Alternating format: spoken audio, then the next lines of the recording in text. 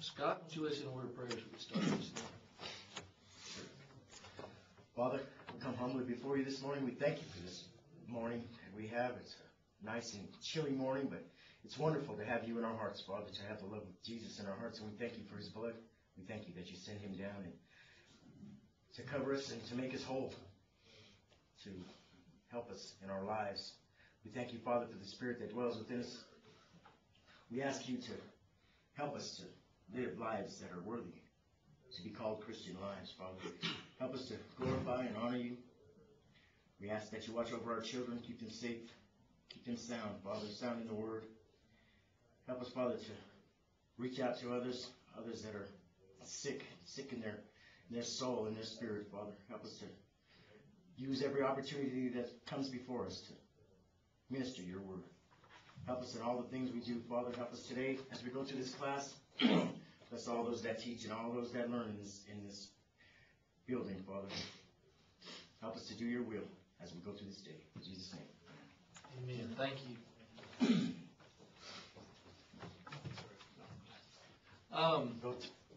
Does it say well?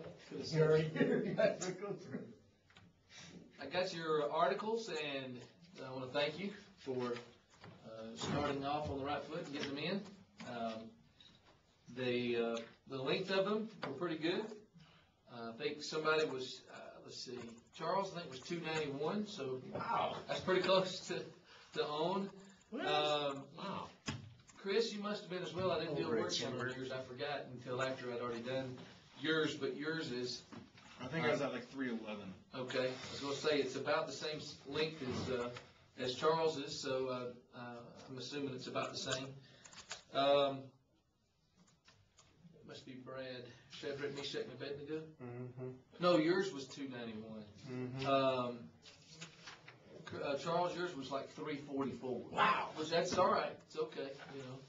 It only cost about 25 points. So it's not Mariah's was 376, but he wasn't in here to hear the admonition. And that's right. You gave me yours printed out, so I didn't take the time to count yours. That's pretty smart. But I believe yours was on the plus side of 300. Oh yeah, it was 322, I think it was. Okay, it was 2 pages, so that was pretty good indication.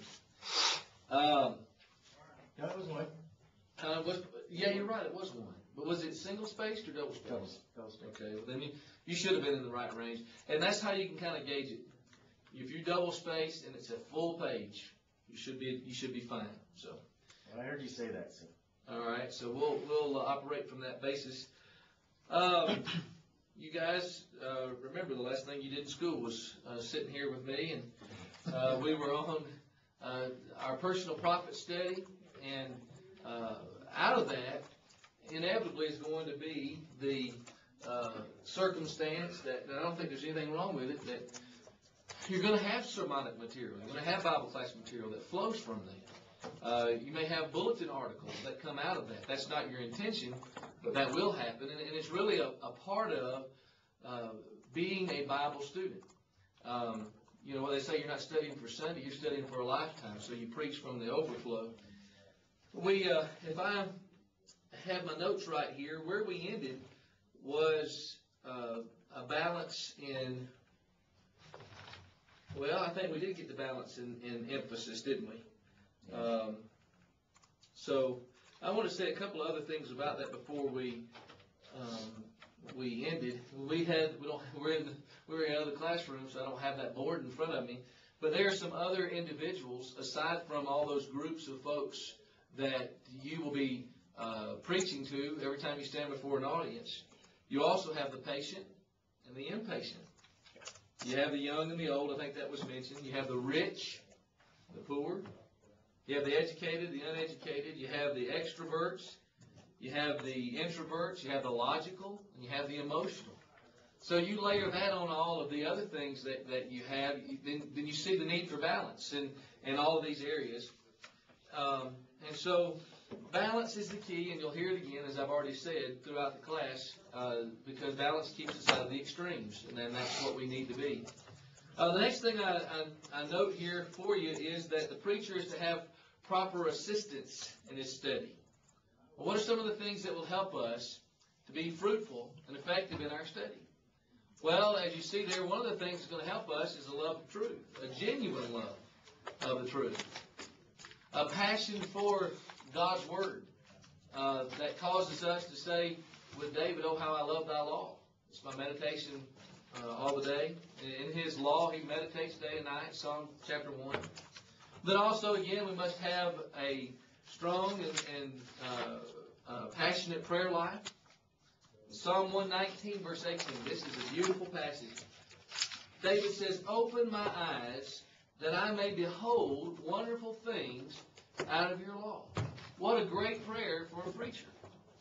Open my eyes that I may see wonderful things out of your law. You remember that, don't you? You've been studying in the words, maybe a passage you're very familiar with, and then all of a sudden, there's something, a nugget that you hadn't seen before.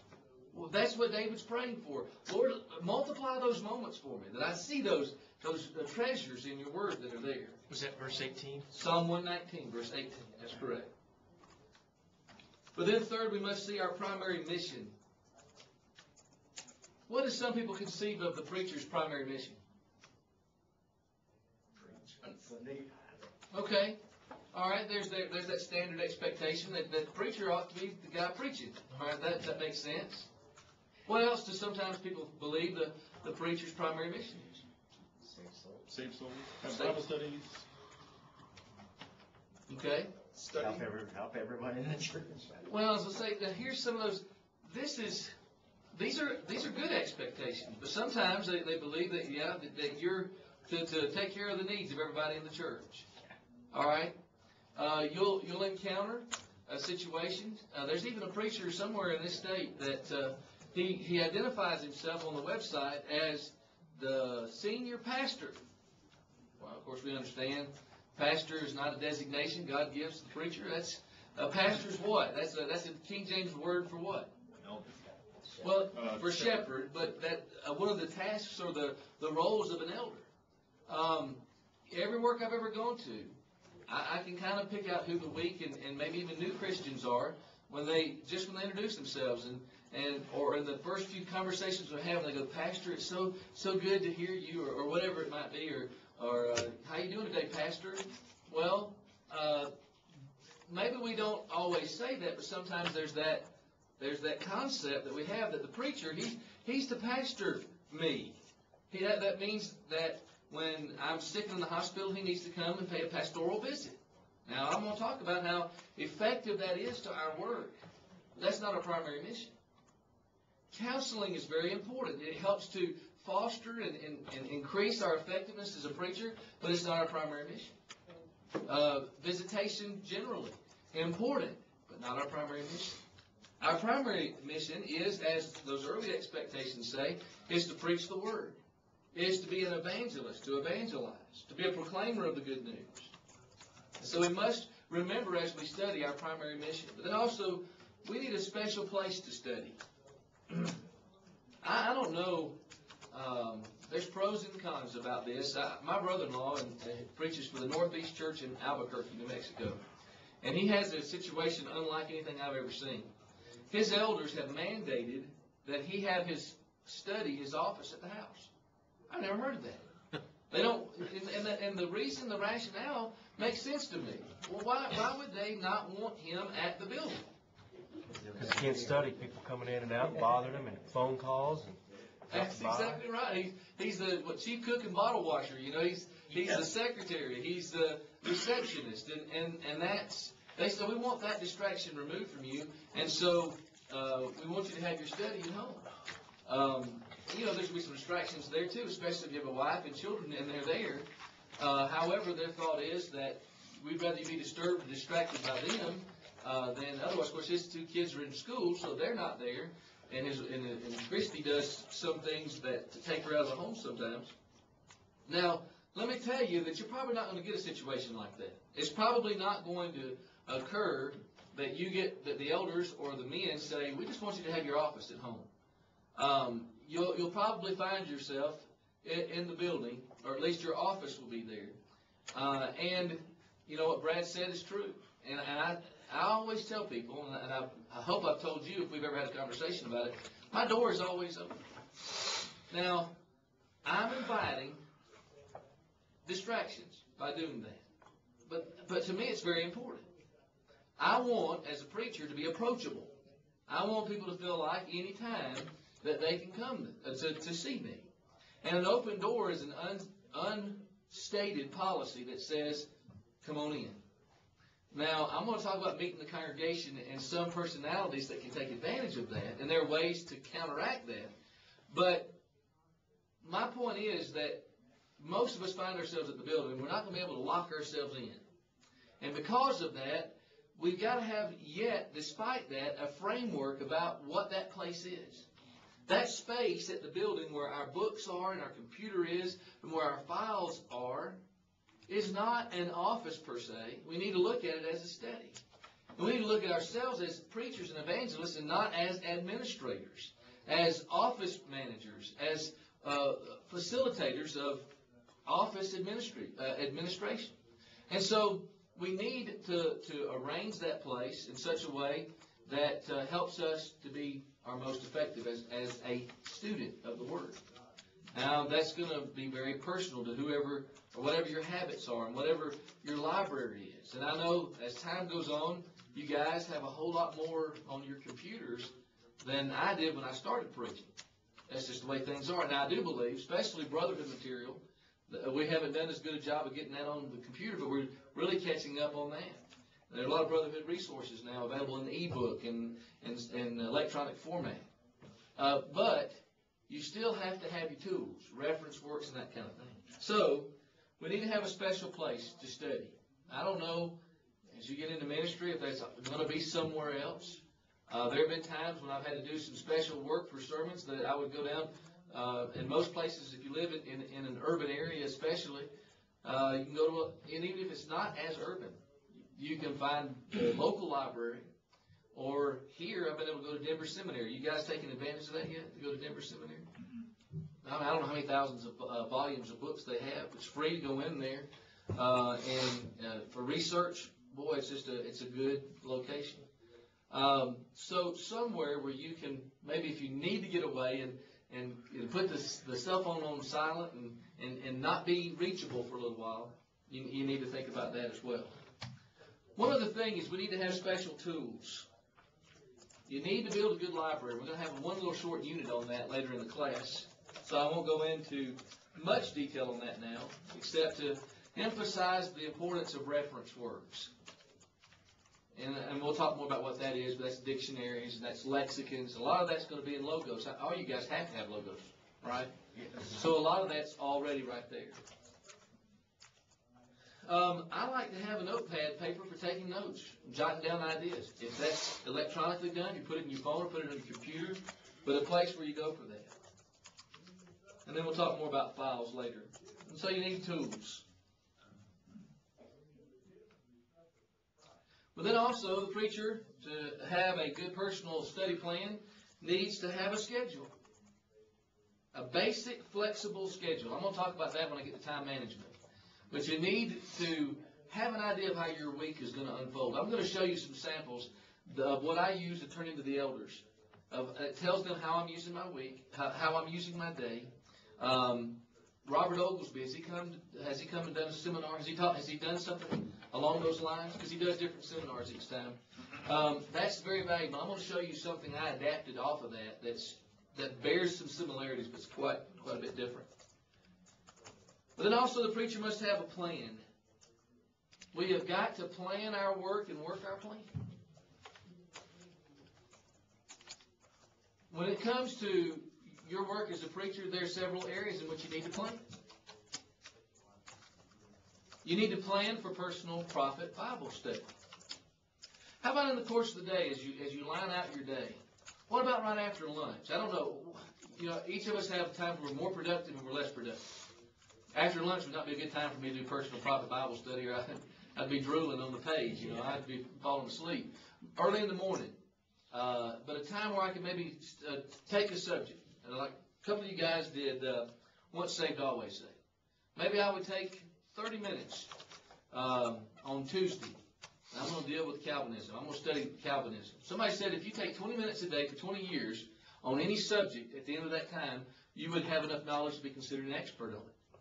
20 minutes a day of Greek on Thursday, late morning. Just spend some time going in there, reviewing vocabulary, understanding, brushing up on your stems and so forth. And after a period of time, you're going to be conversing in the Greek. So you need to carve out a time of the day in which you study. Plan for that. Plan for sermon and class preparation. That's a duh. I mean, I obviously don't do that. Third, plan for memorizing Scripture. Why you don't memorize Scripture is to show off. You don't memorize Scripture for any personal glory. But why do you memorize Scripture? Why is it good? As Wayne Jackson said, you cannot meditate upon that which you do not know. That's exactly right. You can't. It has to be a part of you. And here's what you'll find as you memorize. To me, Scripture makes more sense the more I try to put it in my heart. As I go over a block of Scripture and I'm trying to memorize it, first time, there are concepts there that I don't really get. And I keep going over it and over it, and as it becomes a part of my memory, my comprehension grows with regard to that. Another reason why is what David said. What does he say? Your word have I hid in my heart. Why? That I might not sin against you. All right, so as I ingest the Word, and as the Word becomes a part of me, it's a protection. It's not a fail-safe insurance plan, but it certainly gives me a better chance that I'm going to insulate my life from those temptations and sins that I face. Plan for special studies as well. What do I mean by special studies? Brotherhood issues. Now, I don't mean by that you embroil yourself in the middle of controversies. There's some guys that just are magnets to that kind of stuff. But, for example, let me give you a couple of controversies that are pretty current in our brotherhoods. How about praying to Jesus? That's a very hot topic. Now, you might say, depending on your perspective, you might say, well, yeah, I understand that. Or maybe say, what? But there are brethren who are hot under the collar about that. And so, what's the biblical stand on that? Are you informed on that? So see, spend some time in Scripture. I'm not wanting us to discuss all of that. Maybe we can if we have some time sometime. But another one. I mean, I tell you this. I come at this as a man whose family homeschools. I believe it's a good thing to do. However, there is a controversy in our brotherhood that says it's that, and if you don't do that, it's a sin. That there are related issues to that. They say, with regard to what we do with when our children become teenagers and they get to a dating age. Do they date or do they court? What does the Bible say? What does the Bible say? The Bible doesn't say. We use our judgment. Now, there are always, it's this human nature. In the body of Christ, men, either out of conviction, either good motives or bad motives, are going to kick up dust. They're going to cause controversies, and we need to be informed. We don't need to spend all our time chasing those things, but we need to know about them. So, carve out some time for brotherhood issues. All right. I know I can invite all kind of interest and topics on that. But my point is simply that we need to take some time to study. How about problem passages?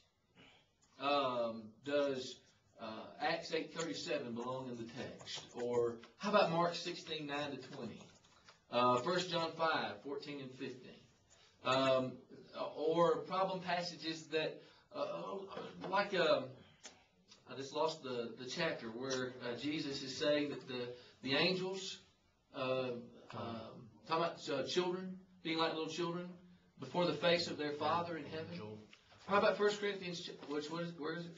I know what you're talking about. Is it Matthew 18? I have no idea. How about 1 Corinthians 11, talking about the role of the head of every man is the woman, head of every woman is the man, head of man is Christ, head of Christ is God. But in there it talks about because of their angels, we talk about covering their head. How about the head covering? 1 Corinthians chapter 11. So spend some time being conversant with those kinds of issues or problem passages. How about great Bible themes? Why not take 6 months to study about what Christ gave up when he left heaven to come to this earth? Or take some time to trace what Scripture says about the scheme of redemption from Genesis to Revelation. Restoration material. Spend some time learning about some of the principles and the personalities in the restoration movement. The point is, widen your sphere of knowledge. In personal prophet Bible study time, what you're trying to do is be more well-rounded. What that will help you to be is more than one-dimensional. You want to be multidimensional in your ministry. All right, so you must have a plan. All right, but then also, the preacher will enjoy tangible benefits from proper study habits. As we study, it's going to pay off. For one thing, we will experience ourselves being more like Jesus. You know, that's all we need. I think that's enough benefit and motivation for us. Amen. Somebody said we are what we eat, right?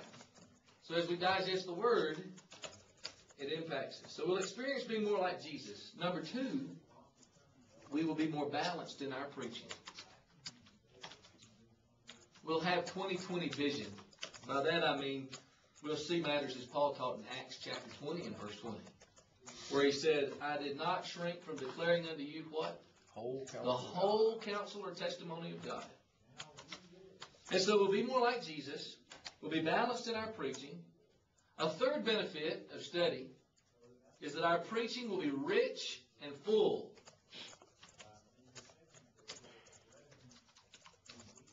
You've listened to preachers whose material was rich and it was full. You didn't feel like they were tap dancing. You didn't feel like they were repeating themselves 5 times. There was meat to what they had to say. When we study like we ought to, we'll always be preaching from the overflow. We'll quit, but we'll never get through. And that's what we want in our ministry. So our preaching will be full and rich. And you know, it really doesn't matter if preaching is your primary responsibility or not. Let's say you're an associate minister or you're a youth minister. You're going to have opportunity to preach. Let's say the preacher's out of town. Or let's say there's an arrangement that you have in the congregation that you preach once or twice a month. However often or rarely that you stand before the people of God, you want, when you do, to have something to say. And having a good study life is going to help with that. Number 4, with a good study habit, we'll reap the benefit of our preaching being fresh and not stale. We won't be feeding the church warmed up leftovers, you know. It's going to be fresh. Okay, again, before it's like 9:30, I need to ask, how's my pacing here? Am I going too fast? Good so far? Okay, good. All right. Going too slow? No. Okay. All right. Just wanted to check. I don't want to understand, but I can't. All right. Number 5, we will avoid frustration. The perfect storm. We don't have the proper study habits. And faced with the great responsibility of preaching, we'll stay constantly frustrated. You know, this is a hard lesson to learn. It's better.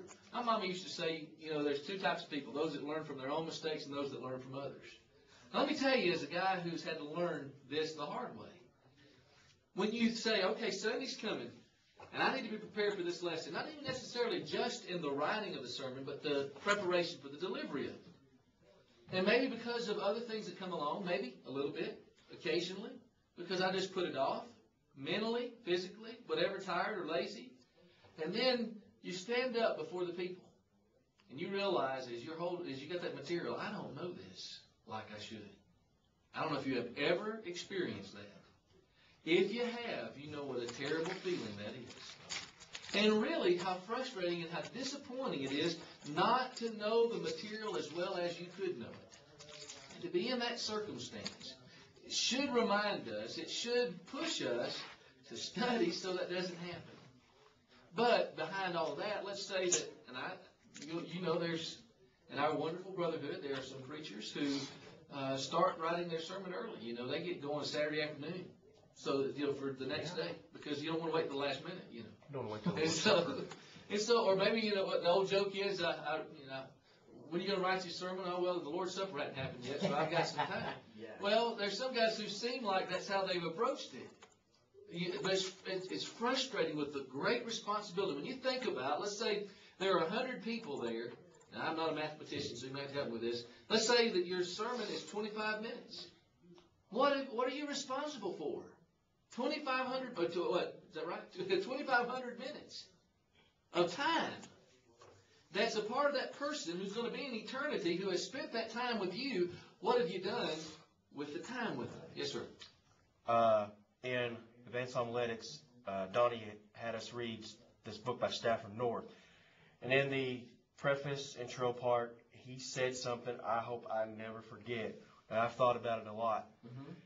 You know what you were just talking about. How would we feel if we're going in, or our wife, or one of my daughters, we're going in for brain surgery, and the surgeon, that morning just kind of went through the internet. Yeah, that looks pretty cool. And then went in and started the surgery then. Mm-hmm. I would not like that, to say the least. So we're doing something even more important than brain surgery. We're surgerying on people's souls. That's right. So, therefore, would I want my brain surgeon to get his degree, from correspondence course, online, or, real school and real technique and real oomph? That's right. And preparation. Yes. I mean, he may have done 100 surgeries before, but he has to prepare for the patient, for the situation, the circumstance, and he has to make sure that he knows what he knows. And that's our responsibility. What if he went in drunk or flippantly or, whatever. Yeah, I'll get in there and root around a little bit, and then I'll just close him up, and he'll be all right. That's exactly right. And what you say is the worst that he could do is lose them physically.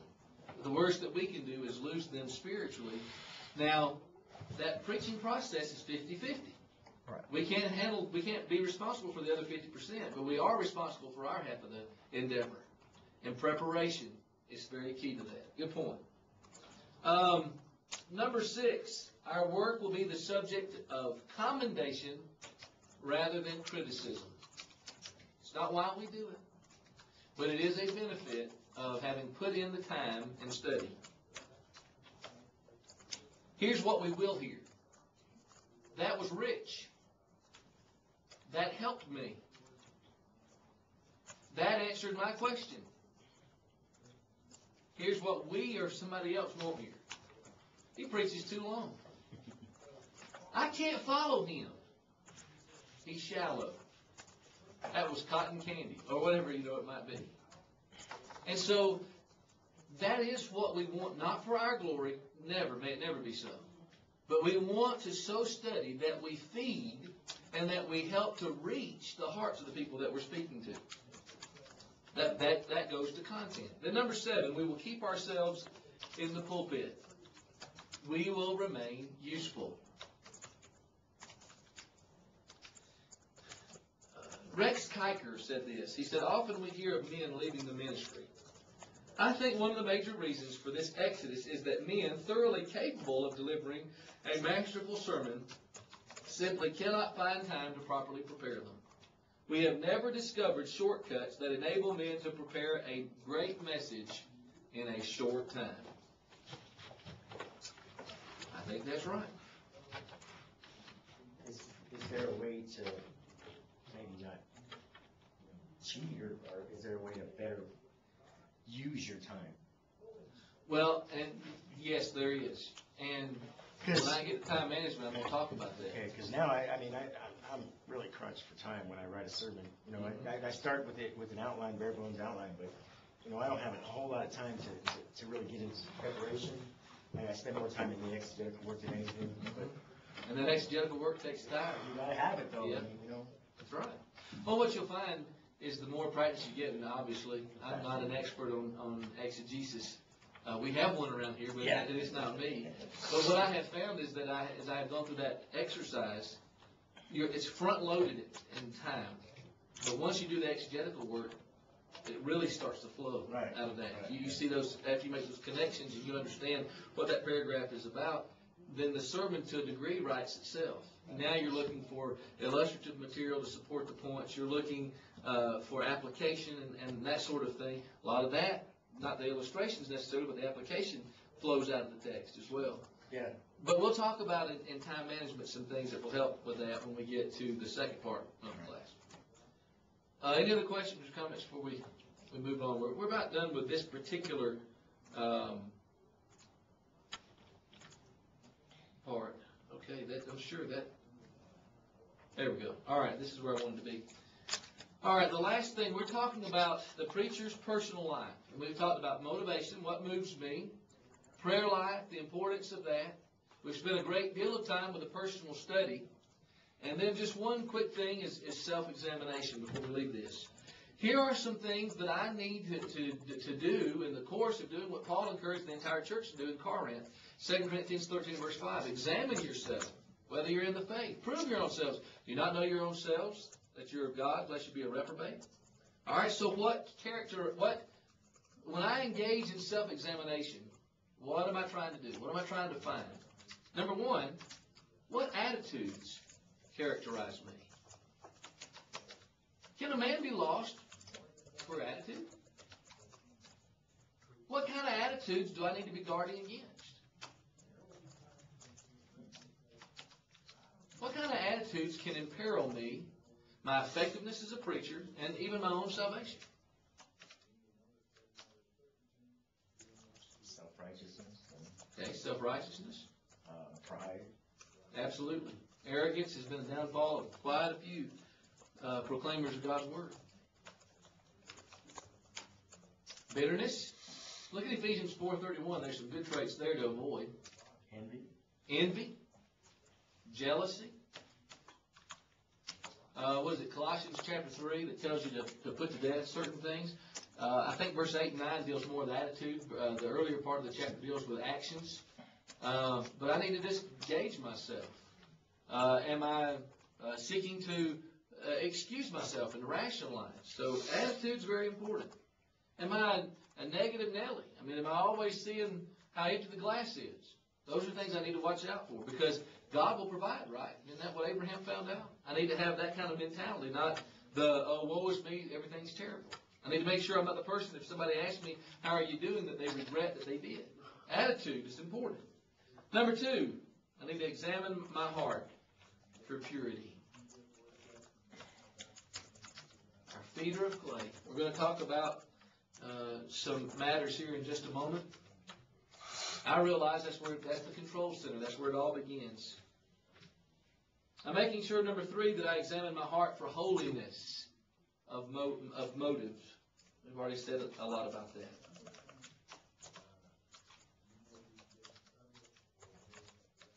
So I need to watch my attitude. I need to keep my heart pure. I need to keep my motives holy. And then number four, I need to make sure I examine my heart for clearness of conscience. I know the conscience can be improperly trained, but hopefully as we're in the Word, that will help to sharpen our conscience.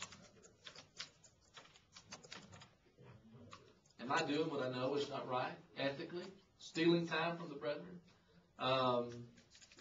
Financially being dishonest? Any number of things. Courting an unrighteous relationship, whatever it may be. Number five, what about my work? How am I doing?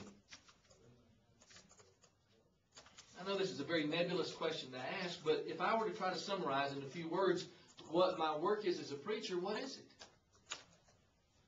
I can think of three things, and we'll alliterate these and make them easier to remember.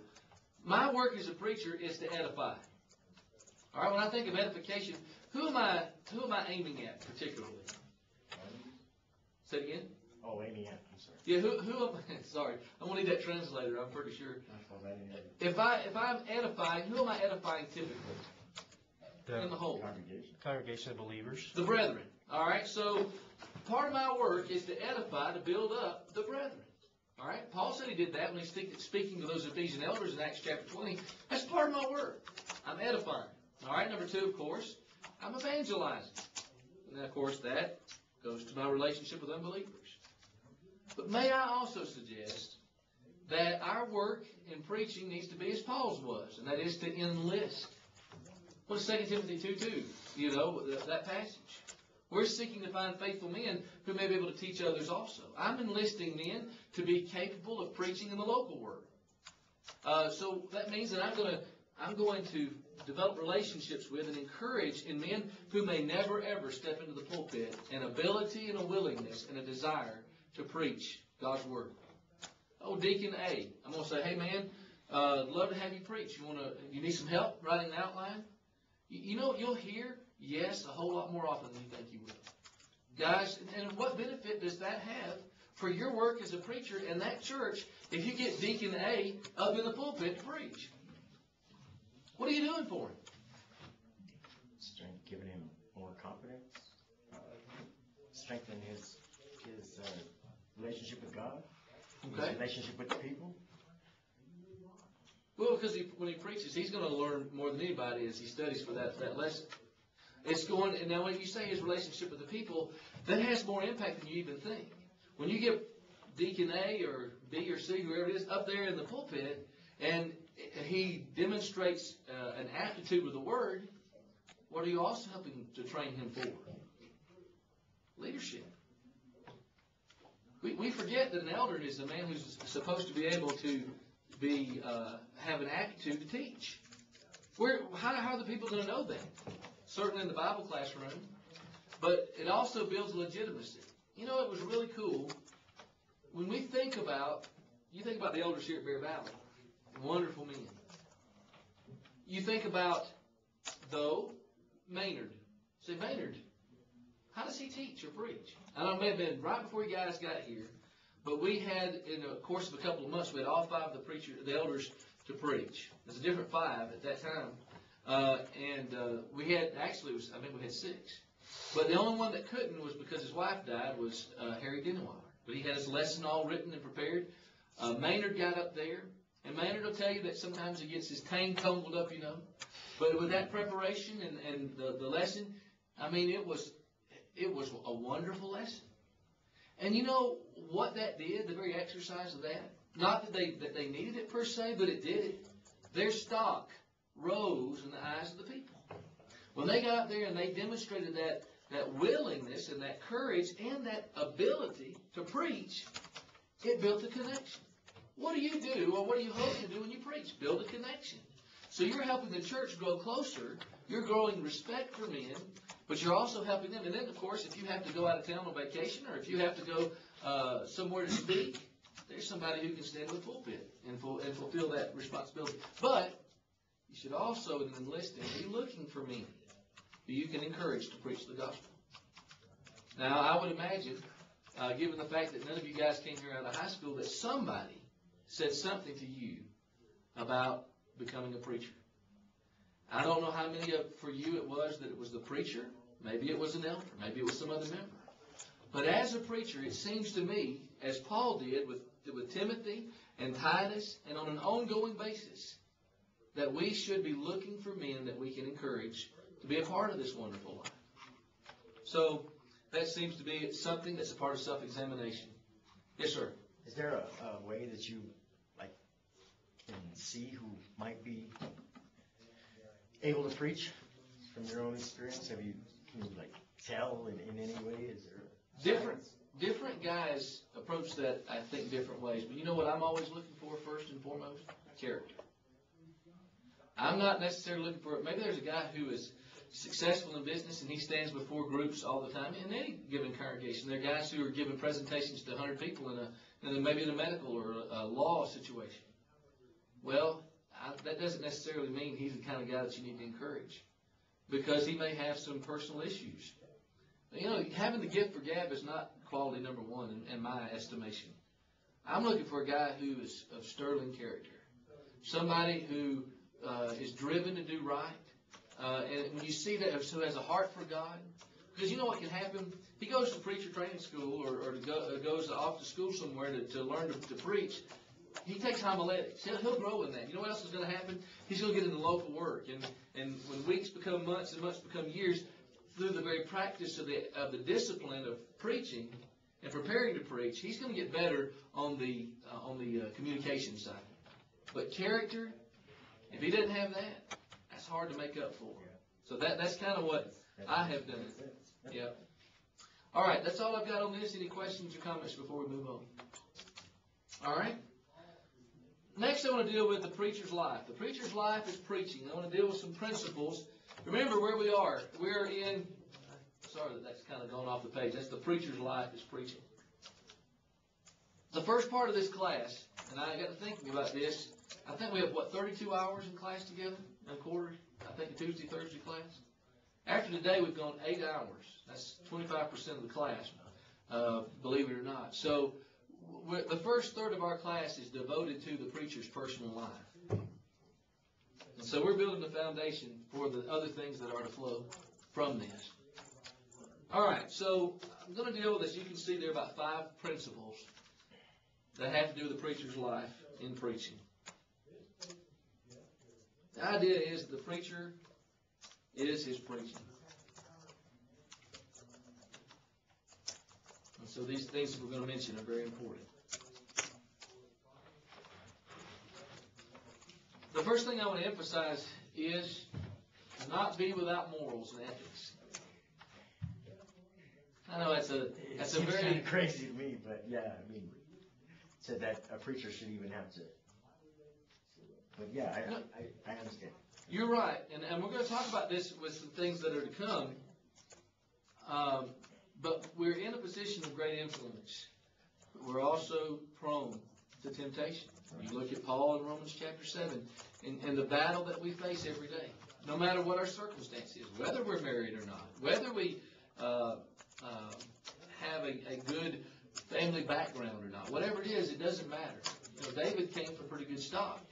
David was a man after God's own heart. And yet David stumbled in a very big way. I've heard a story. It was about 1998. The other preacher and I sat down and studied with a man named Ray. And Ray had been attending church services since the early 1960s with his wife.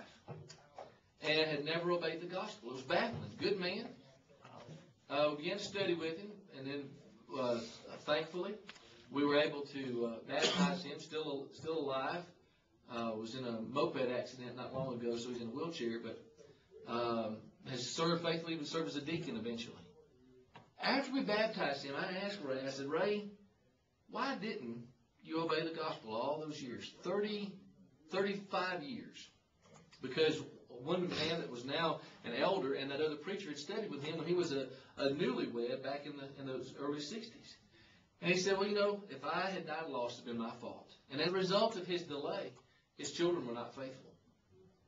He said, but when I was first started going to church with my wife, I would go downtown to the post office. And he said one day I was coming out of the post office and I saw the local preacher at the Church of Christ. He was coming out of a strip club. He said, I looked at that and I thought, that's not right. Well, about 2 weeks later, coming out of the post office again, Ray saw that same preacher coming out of that strip club. He said, this time I determined I was going to say something to him, so I went up to him. And I said, I didn't know you guys were allowed to do that kind of stuff. And the preacher turned all red, and he was flustered, obviously. He said, oh, well, I'm doing research for a sermon I'm going to preach on immorality. Well, he didn't buy that 1 second. But what happened was, this preacher didn't know that somebody was looking at him. And so he was doing what he should not have done. He was not exercising the right kind of influence, the right kind of character, the right kind of morality and ethics. And the thing that, you guys ever been in a restaurant with your family and you sit down and you say a prayer, and then somebody comes sauntering up to you and they say, I watched you saying the prayer with your family. I want you to know I appreciate that. You had no idea. Maybe you hadn't even seen them in the restaurant, but they were watching you. Now, this shouldn't cause paranoia on our part, but there are people who are always watching us. I have found as a preacher, sometimes I'm sitting there in my pew, and all I have to do sometimes is just turn and look. And there's somebody looking at me. Well, I'm not going to sit there and be captive to that, but it happens. So you deal with it. But the thing is, that's a great position for us to be in. We're imperfect, so we're going to stumble, but we should not stumble by way of lifestyle.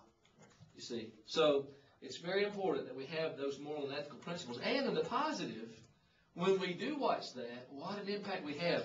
I think about how Luke begins the book of Acts. He says, the former treatise I've written unto you, Theophilus, of all that Jesus began to what? Do you remember? To do and to teach. I have no idea. I need to ask Denny. I wonder if there's any significance to the word order there. I certainly think that in practicality it's the case. That it's first important for me to do and then to teach. What does Paul say? I think it's in 1 Timothy 4:16. Take heed unto yourself and to the teaching, continue in them. For in so doing you'll save both yourself and those that hear you. Pay attention to yourself and to the teaching. What we can do sometimes is pay attention to your teaching and then maybe get around to yourself. But we're talking about our influence. In Matthew chapter 5 and verse 19, Jesus gives us a very sober warning as a part of a paragraph that, if I'm in the right place here, Matthew 5:19, that really encourages us to watch our influence. Whoever then annuls one of the least of these commandments and teaches others to do the same shall be called least in the kingdom of heaven. But whoever keeps and teaches them, he shall be called great in the kingdom of heaven. Look again at the word order. Whoever keeps them and teaches them is great in God's kingdom. And then in Romans 2:21, in the middle of that whole section, what's Paul's condemnation to those Jews? You know, Romans chapter 1, you Gentiles, you're reprobates, you're guilty of every kind of sin known to man. He turns to the Jews, and what's his accusation to them? What did they have? They had the law. They had the law. What were they saying to others? For example, you shall not steal. What does Paul say? You who say to others, do not steal. Do you steal? Those who say, do not commit adultery. Do you commit adultery? And if that hits anybody in 2013, it's a preacher. You who say, do not steal. Do you steal? You who say, don't do this. Do you do that? And so, as we look at our life in preaching, wow, what a conviction it is for us. That we've got to do and then teach. Do as we teach. We teach some by what we say. We teach most by what we do. But we teach all by what we are. Some by what we say. Most by what we do. But all by what we are. You know, what I'm about to tell you, I think, is a wonderful thing. But it is a great reminder. We can debate whether it should be this way or why it's this way. I don't know. I think I do know to some degree. But the preacher has more influence over a congregation than anybody else. I don't know if it's John Maxwell or somebody of his ilk who said the congregation takes on the personality of the preacher. So the statistics differ. 3 years, 5 years, 6 years. I think I see that. If the preacher is issue-oriented and he's not fired for that, what do you think the congregation is going to be like in a few years? They're going to be sharp to anything that might be off. Looking, heretic detecting. Behind every tree, there's something that's not right. If the preacher's that way, and there's some meeting of the mind and personality, they're going to become that way. If the preacher is a kind of anything goes kind of a guy, congregation can become that way. It takes on our personality. If we're positive, if we're hopeful, if we're encouraging, if we see the best, 1 Corinthians 13 and others, the congregation is going to follow suit. And so that's something for us to keep in mind. Our morality and our ethics, our conviction for being right and doing right will help us in our ministry to be effective. Number 2, let's say a little bit about our dress. Here's what we face now, and this is my 3rd time teaching the course. In religion, a lot's happened in 2 years, and I realized that the pressures of the emergent church movement. Did we talk about it in the first class? I told about in the restroom and the little poster and with the curse word and all of that. I don't know if I've told you this. I can't remember, but Facebook can be a great thing. It can be a disappointing thing. The fellow I went to school with, a Bible major preacher, I don't know what happened exactly, but he was upset about church politics. I don't know about you, but it upsets me too. I can't stand that underbelly that can exist But he said, let's just say it this way. He used, all curse words are bad, but he used a pretty bad curse word to describe blank blank church politics. Preacher on Facebook. I know it's no different than if it had been brother or sister A, but again, who influences at a greater degree? Often the preacher. All right, I wrote into that and I said, I agree with your frustration, but I cannot understand the justification for the curse word. About 10 people weighed in under that. Almost every one of them defended him. Saying things like, oh, language is just a vehicle. Well, yeah, sure it is. But I've tried, and I tried not to, that could take up a lot of time. I really just thought, do you let that go unchallenged? When somebody says something like that, you're thinking, what does that have to do with dress? I'm getting there. This emergent theology, that is the byproduct of this relativism, that is a product of postmodernism. It really just flows right out of that. That says there is no one body of truth. There is no objective truth. Is infecting the minds of our culture, and it can infect our minds. And so here's the balancing point for us. We want to be able to relate to people.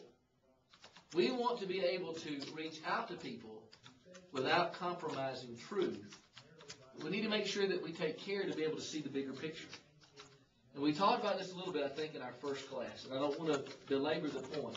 But I want to make the point in this larger context that we need to be very careful that we don't let the culture dictate to us. Do we want empty tradition to dictate to us? No. Do we want the culture to dictate to us? Not by itself, because we're not in a vacuum. When you go to a congregation, Main Street Church of Christ, when you go into that building and you begin that work, you begin to meet those people, and you go into their homes and you begin to form relationships, they're not all going to be your age, your background, your level of understanding, your sensitivity, your convictions. They're going to be all over the place. You've got to be sensitive to that. And so, here's some principles very quickly that kind of relate to that. At church services, dress with dignity. What is that? It's not that any of us would ever do it. It's not skinny jeans. I don't see how anybody can be dignified and pull that off. But it's not gross immodesty. Dignity. And we've already talked about what dictates that. If you're overseas as a missionary, more likely than not, it's not going to involve a tie. Depends on where you are. In certain circumstances in rural areas, it's the same way. Some congregations are more of a polo or a golf shirt kind of a feel. That may be a conversation you have with them. But again, dignity. You can still put an iron on the clothes, that kind of thing. At the office, my personal view, I don't think you need to wear a tie every day. But don't dress sloppy.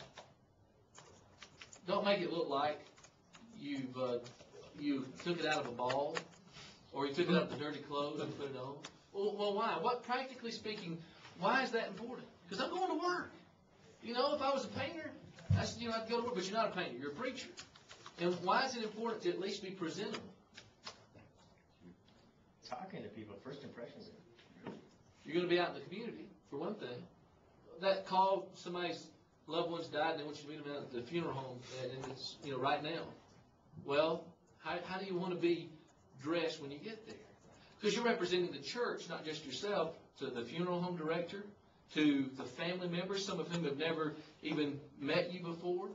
You have circumstances where somebody comes in off the street. It's literally happened to me more times than I can count here, who need counseling, or who have need some kind of spiritual help. Well, again, I'm not in the three-piece suit, but I want to be presentable.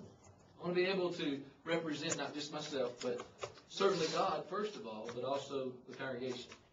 In public, remember that you represent the local church. By the way, you can follow all this in third opinions. If you're looking for the book of the Bible that it comes from. I understand it's judgment, it's expediency, but I think there's some wisdom in it. To whatever degree you can in regards to that, stay in style. I mean, you know, as much as you can. I'm not saying wear expensive clothes, but, you know, don't be odd.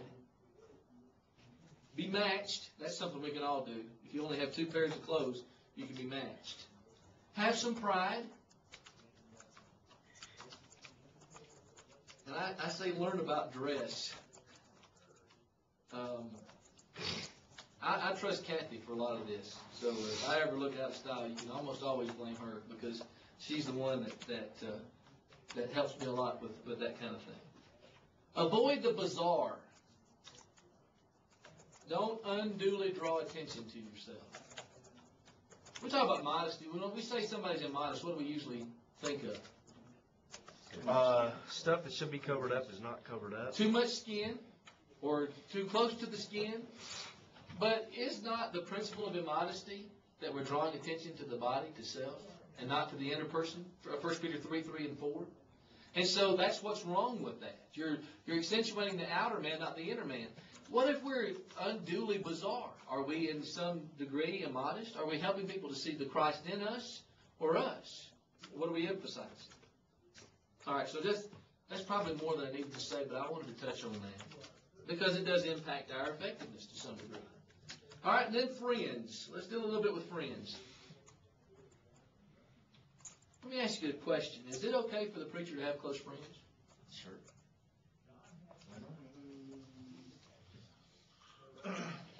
Okay, well, that's a good question. That's what I'm asking. Why not? Why not? When my father-in-law when he graduated from this school, one of his good friends was a preacher, and he told my father-in-law to not get any close friends at whatever work he goes to, because if they just I don't know the reason why, but I think it's because if he ends up getting fired or loses that job for any reason, then that's just less strings you have to cut. Well, I'm thinking also along those lines in the military, you have to be careful of appearances of inappropriateness. You have to be careful of favoritism. Like if I have 3 subordinates and I'm hanging out with one of them to the exclusion of the other 2, that's very wrong. Yeah. But then, if you want a friend, guys like friends. Our wives, Gretchen has told me she needs a friend as a woman to share stuff with and unload on and unload them to them. And Gotta have close friends. I don't see where. I understand that what they're talking about, but you gotta have close friends. I mean, Jesus had John. John was the beloved disciple. He had. Were you surprised when he was on Jesus' breast at the Last Supper? No. he had the 3 inner friends, Transfiguration, on into the deeper part of the garden, Peter, James, and John. Yeah, some missions he took them on. The preacher has a personal life. He can have some personal friends.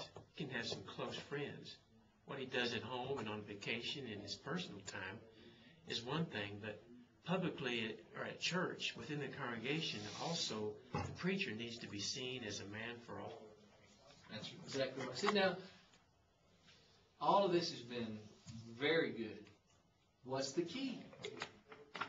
Balance.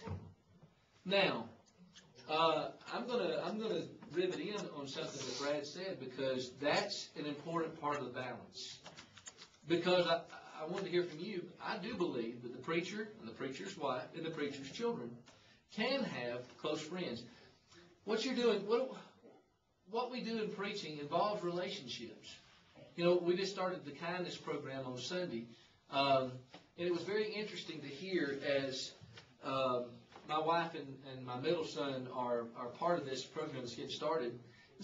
Kathy was telling me what went on in the meeting. And people were saying things like, well, if I go up and talk to somebody in person, it's going to seem awkward. It's going to seem unnatural. True. But why is that? And, huh? Never done it before. Not done it before. It's not in the habit. But what happens in relationships? You have to risk. What they're saying is, I'm afraid. I get that. I understand it. I'm an extrovert, so it's not something I really deal with as much, but I'm sympathetic to people I know and love who are that way. But you have to break through that barrier and risk and realize occasionally you're going to get hurt, you're going to get rebuffed, you're going to get repelled, but you do it because you can't form relationships if it's only standing out in the foyer. Hi, how you doing? Fine. How you doing? Good. Have a good day. All right, you too. That's it, and you're gone. And you do it, next Sunday, do it again, do it again. You're not in each other's lives that way. Spend time. You have to spend time. But then on a personal level, I mean, and I say that to counter, because I've heard that said a lot about, it's fewer strings to cut and it's less hurt to go through. But I would suggest it's worth the risk. And we need to conceive of ourselves as more than short-time employees at a place. I believe a man should look at going into work as going to stay, not going to leave. And because our effectiveness can grow the longer that we're there. Now, there can come a time where that diminishes, but a lot of times you're building rapport, you're building deeper relationships. That's part of that. I'm going to also, in addition to balance, I'm going to talk about how we need to be normal. And it's normal for us to be able to have friends like anybody else. Now, the cautions are so important because there's a principle that Brad has mentioned that can be very salient in your local work. If you are showing favoritism or if you are spending what appears to be an inordinate amount of time with one or a few to the exclusion of others, that's a very important point. What does that do to your effectiveness? I mean, it cuts you off at the knees. Because people say, it's just those folks.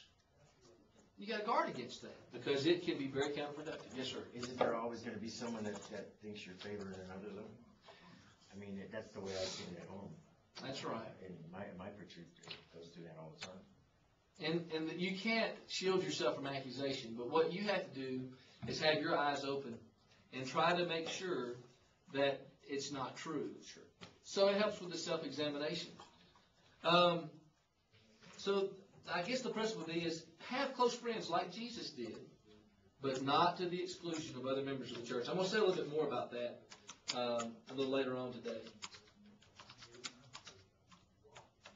Don't practice partiality is a principle that, if you have close friends, maybe they have your ear and they're kind of telling you what they think should happen and what your work ought to be.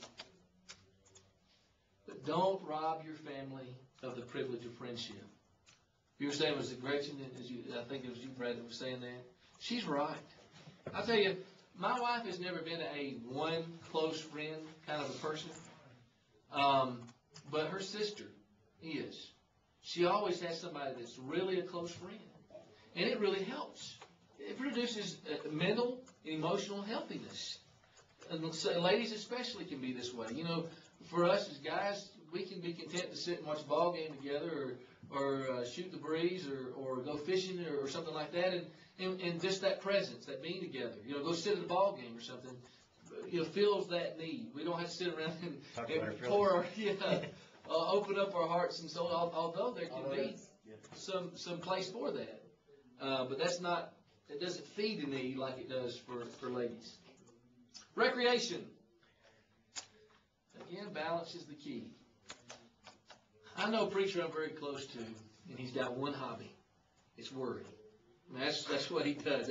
That's his downtime. He worries about stuff. He worries about church. He worries about his health. He worries about his future, his retirement. He worries, or lack thereof. He worries about what people are thinking about him. He worries about losing his job. That's just what he does. Worries about his kids. Worries about his spouse, himself. Matthew 6 is what he needs. Yeah, I say, as a preacher, he hasn't done that self-examination, but he also, I've observed, does not have a hobby. Now, that can be taken to excess. There's some guys you can't ever find them because they're down at the fishing hole. They not only hunt where they are, but they go hunt in 8 other states, and they're gone 15, 20 weeks a year. Well, that's silly. But we do need recreation. Why? Because we will be like a pressure cooker, and if we don't have a release valve, we will explode. That's exactly right. We're going to talk about frustration and burnout. And a lack of balance in this way in your life can lead to that. You have got to make time. Bob is more one that you call a health nut. You can look at me and tell I'm not necessarily a health nut. But I do like to run because of that very thing. It gives me a release. I enjoy it. It's taken a long time to enjoy, but I do. And it's just, it gives me some way, an outlet. And we need that. But, I'm also a sports guy. I love sports. And it's funny, I have 3 guys, and we've played sports together, but they don't have my passion. But, my oldest son, he plays guitar, and then they draw, all that kind of stuff. You got to have something that you can plug into to unplug from the local world. Recreation, it seems like to me, can help us see the Bible in a better light. It helps us to resharpen, refocus. That's right. Recharge. And, Jesus said in Mark, come apart and rest a while. Again, if the Lord thought that was necessary, then we can see the value. And let me tell you this, it's again, you're kind of insulated right now in school, but this will have meaning to you, I think, when you did local work.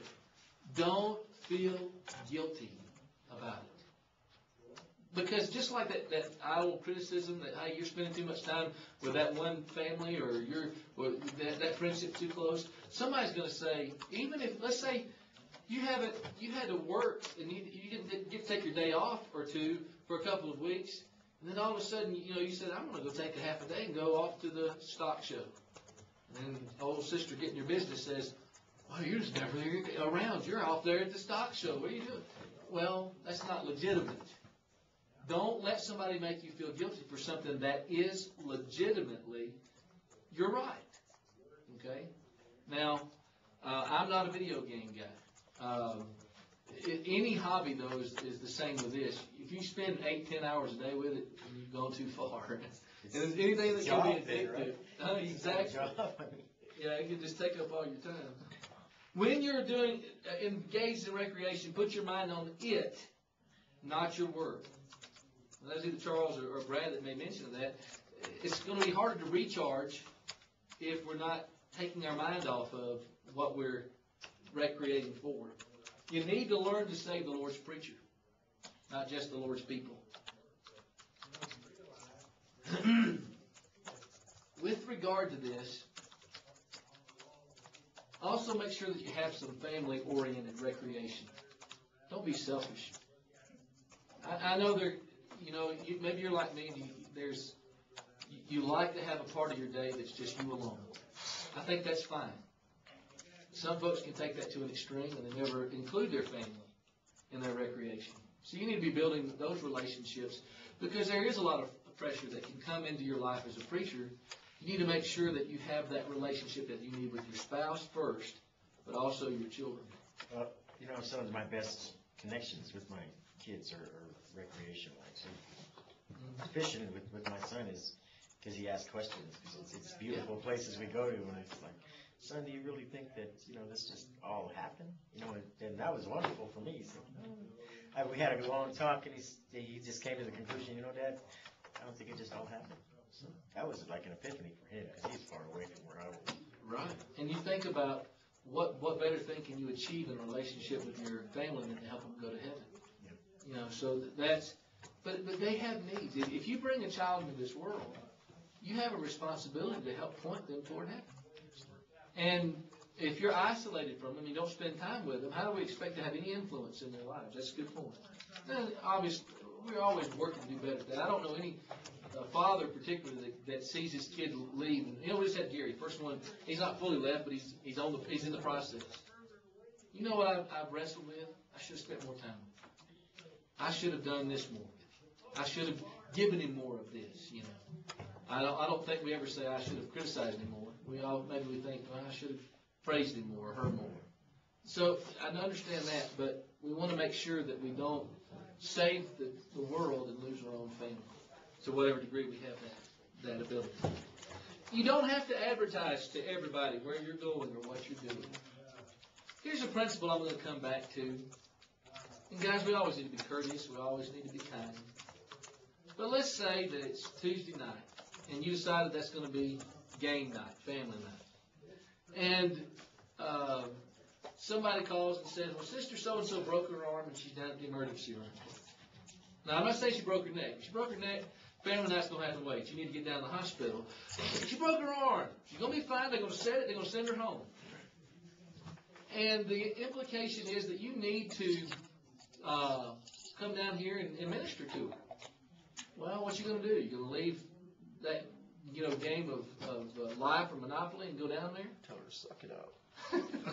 Well, and again, maybe there's a balance. Well, here's what I would suggest that you say. I'm very sorry. I am sorry to hear that. And then, find out, is she okay? Oh, okay. I'm glad to hear that. Sister Smith, I'm not going to be able to get down there tonight. I'll be down there first thing in the morning. I'll go by and see her. Well, she hurt her arm. Well, what you got going on? Well, something I can't get out of. I'm very sorry. But I will check in with her tomorrow. Notice what I didn't do. You tell her what you did. I didn't tell her I was playing checkers with my son. It's not her business. We're preachers are people too. And so I'm not being ugly, I'm not being dishonest, but I'm protecting that time. See, you're telling me a preacher can have a private life? Yes, but I'm telling you how you can protect that private life. Yeah, but the preacher doesn't have to volunteer everything either. That's exactly right. And it's not that that's that way. The overwhelming majority understand, but you'll have that personality who will do that. It'll happen to you somewhere, somehow, that you're faced with that, and you don't owe an explanation. And if they persist, who's got the problem? Who's being rude? Yeah. They are. You need to understand that. You do minister to people, but you do have your own life. And again, you have to gauge the circumstances. If they said, we're devastated, we just found out that we have, that my wife has cancer. Well, if you're good about protecting that time, your family will understand. And if they understand, they're going to have a healthy relationship with the church, and they may even encourage you. They may even want to go with you to go and to hold their hand, pray with them, and for them. But you've got to protect that time, and you don't owe an explanation. It's very important. I think if you will remember that and keep it kind and be courteous, your mental outlook and the outlook of your family will be a lot more positive for preaching. I think that can happen. You can preach for 35, 40 years and they just feel better about it the longer that you're involved in it. Just got to take some common sense steps with regard to that. Is there ever a time, Neal, when you would agree with the fact that you don't have to answer the phone? Oh, yeah. I certainly do. Okay. When? That's the question. Boy, I can't wait to get to meet the congregation because that's going to really help you. One of the personalities, I'll tell you this, is brother and sister take up all your time. You'll find that there's somebody who wants to call you day and night all the time. And if that number shows up on my call, and I believe that if you have a landline or if you have a cell phone that's built in, that caller ID is an essential. And if it's sister take up all your time, and she's calling again, I think you can screen it. You have voicemail, let her leave a message, listen to it, and then you can gauge the critical nature of it. If it's an immediate thing, or if it's something that can be gotten to later. But also you've got to control relationships. You can't let somebody else control it for you and to dictate the terms. And so I do believe that you can screen calls. And I believe maybe in family time that you do that. Especially if you have an answering machine that's audible and you can hear it, and you don't forget, and you go back 3 hours later and my husband was just in a near fatal automobile accident. Well, we have somebody I need you to study the Bible with, or whatever it is, But I even believe in those situations, if you can, that you try to make that more workable with your schedule. So I think I answered your question there. Yeah, I think there are times for that. The other thing I would say about recreation is to make sure you take your vacation. Most of you guys, we're going to talk about interviewing for work and then the interview process. I've never heard of somebody not having vacation. at least a couple of weeks, a year. Take it. And don't just take it to go preach somewhere. Take it to be away from preaching, be away from those responsibilities. I know a lot of this is common sense, but it's things we have to remember when there are some pressures that we feel. And then your residence. Again, sometimes our resources are limited, and there's some things that are beyond our control. The Lord certainly does not expect us to live in a mansion. That's not what I'm talking about, anything along those lines. But taking pride. You can keep weeds out of the flower bed. You can keep the grass cut. Keep it from looking like a jungle safari. Take pride in the appearance of your home. Maintain it. And if the church owns the home, treat it as if it were your home. Try to have a circumstance where you would not be embarrassed for people to drop in on you. And now, keep this in mind. Sometimes it's not going to be as neat as it will be at other times. And this is not a criticism about our spouse or anything like that. But, if there's 3 feet of junk in every room of the house, that's not a oops, we lapsed this week. That's a lifestyle. That's a tendency, a habit. And we're stewards of those things as well. We need to make sure that we're appropriate in how we handle it. All right. Those are just some principles.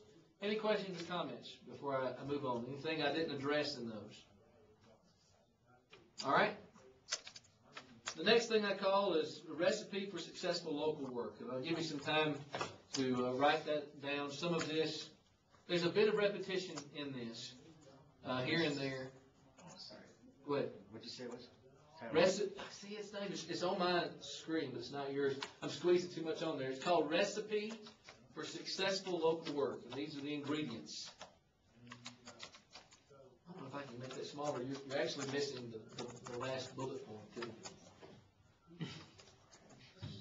I'm just trying to keep it all on one slide so you can get it and not have to worry about it. Say it one more time. Recipe for successful local work.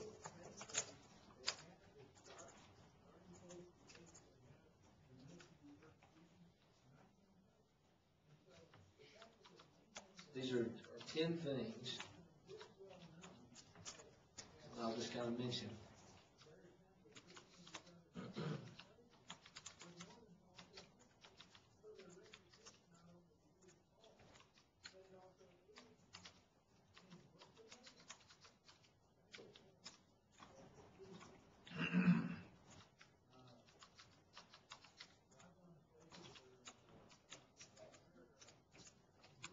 Is the font big enough where you guys can see it? Okay. That being the case, I didn't realize I was using the screen. I may shrink it down a little bit in the future so you can get everything on there. And we'll see if you can see that.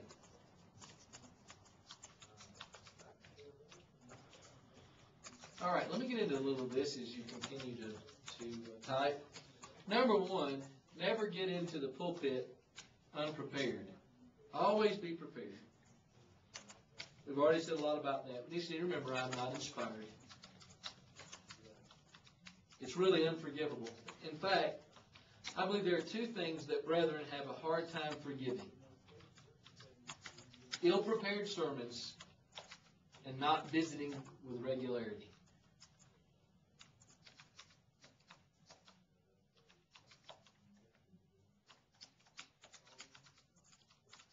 There are going to be weeks where you're going to have a hard time getting everything done. Things are going to happen in your ministry, in the course of ministry, in your personal life, that press you. But redeem the time. Squeeze in opportunities to go over your outline, over your notes. Number 2, don't forget the elderly.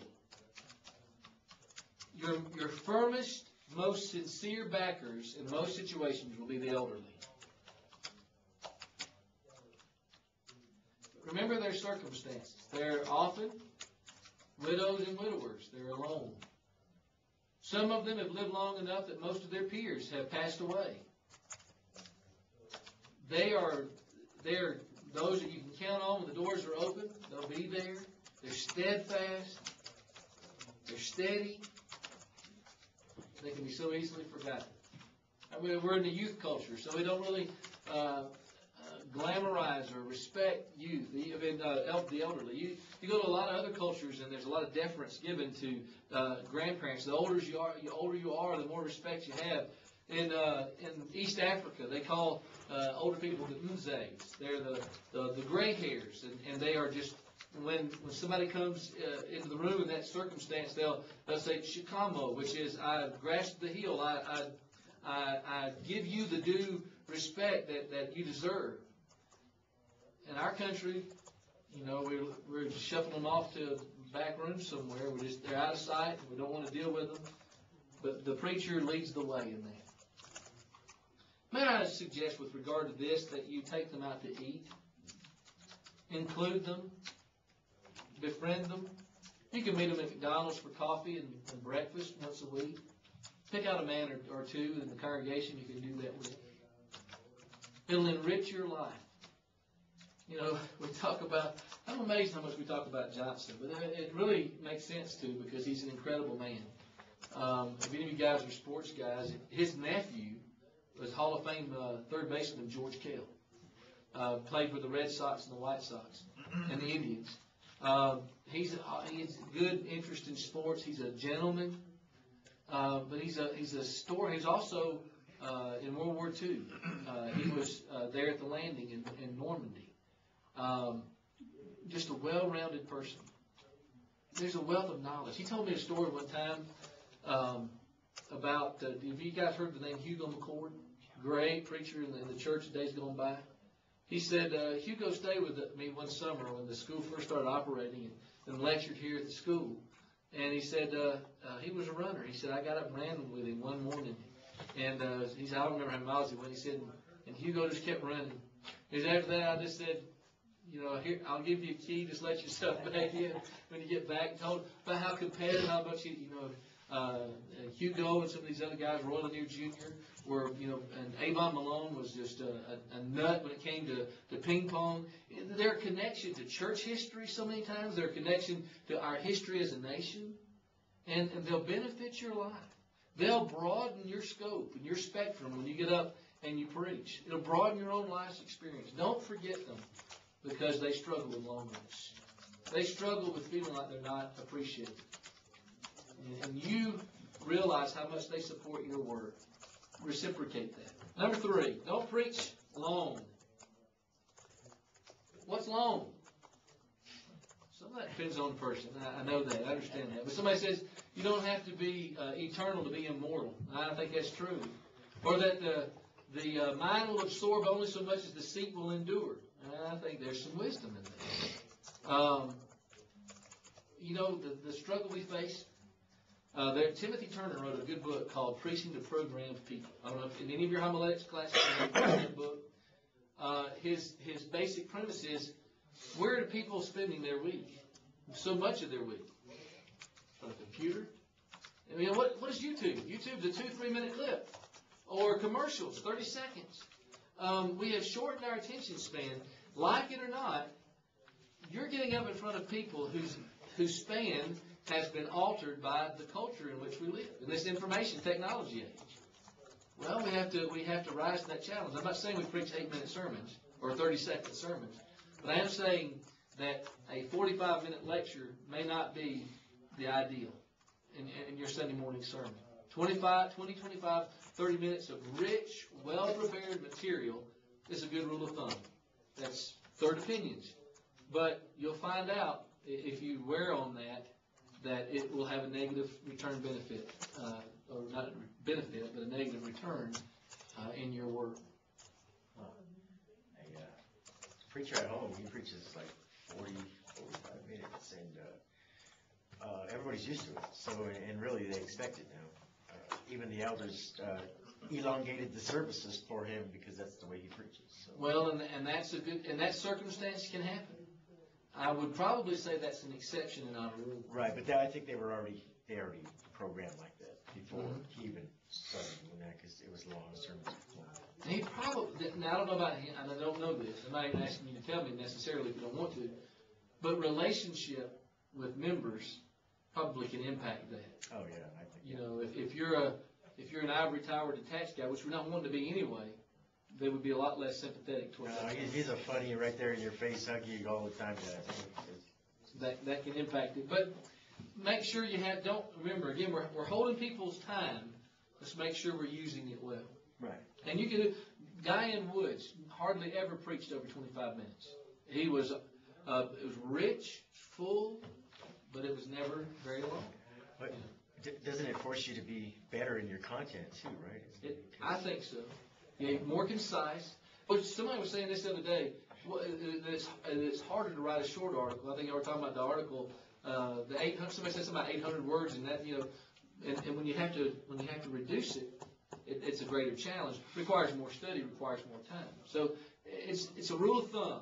It's not ironclad law, but that's something to consider. Just thoughts that came to my head. Yeah, no, you're right. And there's some guys who can do it. Brother Winkler would have counseled about having shorter sermons, who taught me homiletics at Faulkner. That guy never practiced what he preached on that. But there's a difference. He could go 45 minutes, and I wanted him to keep going. Yeah. Some guys, because they're not bringing it, they go 20 minutes, and you think, boy, that's about 15 minutes too long, So that certainly keys in as well. Number 4, suffer with people when they suffer. Romans 12:15, weep with those that weep. I don't think that people forget who are there when their babies are born and when their loved ones die. You guys understand, I'm going to emphasize it again. You read 1st and 2nd Timothy and Titus, and you don't see a mandate for us to be visiting in the hospitals, but common sense says, if I'm going to shape and influence and help the lives of the people I'm preaching to, I've got to be a part of them. And people want to know that I care about them. I can say harder truths to hear if they know that I love them and care about them. And this is a tangible way you show that. You suffer, you hurt with them when they hurt. Number 5, organize the work. Getting no more than 1 or 2 programs going at once.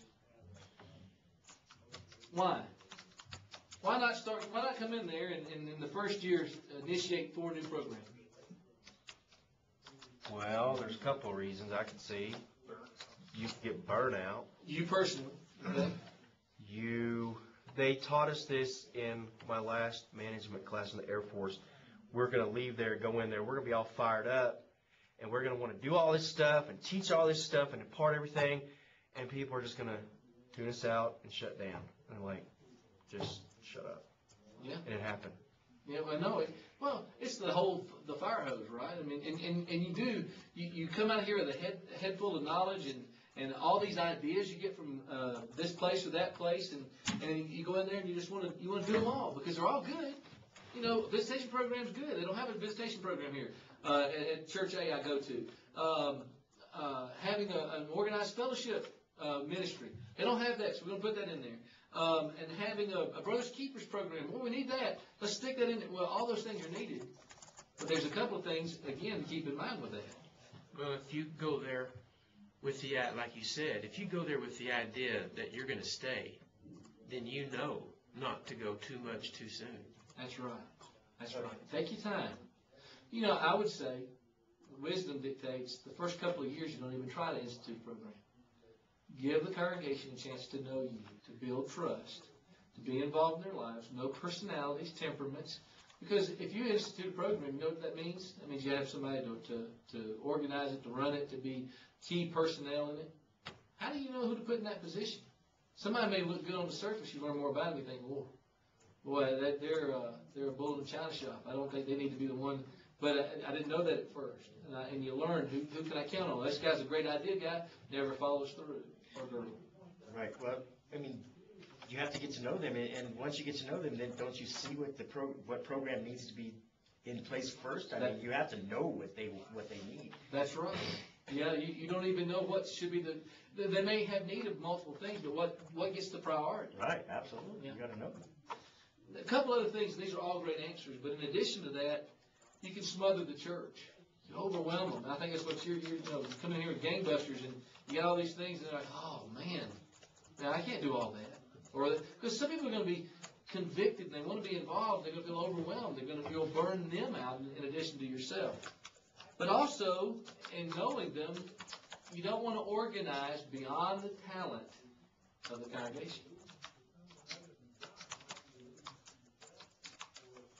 And if you get something going and you get it going well, even if it takes 18 months, 24 months, you've been successful.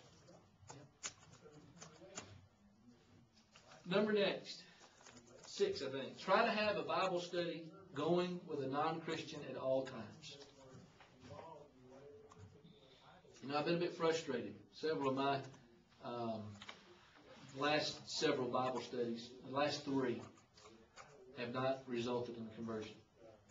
And right now I find myself in a situation where I've got 3 studies going with new and growing Christians. And that's part of the Great Commission. You know, teach, baptize, teach.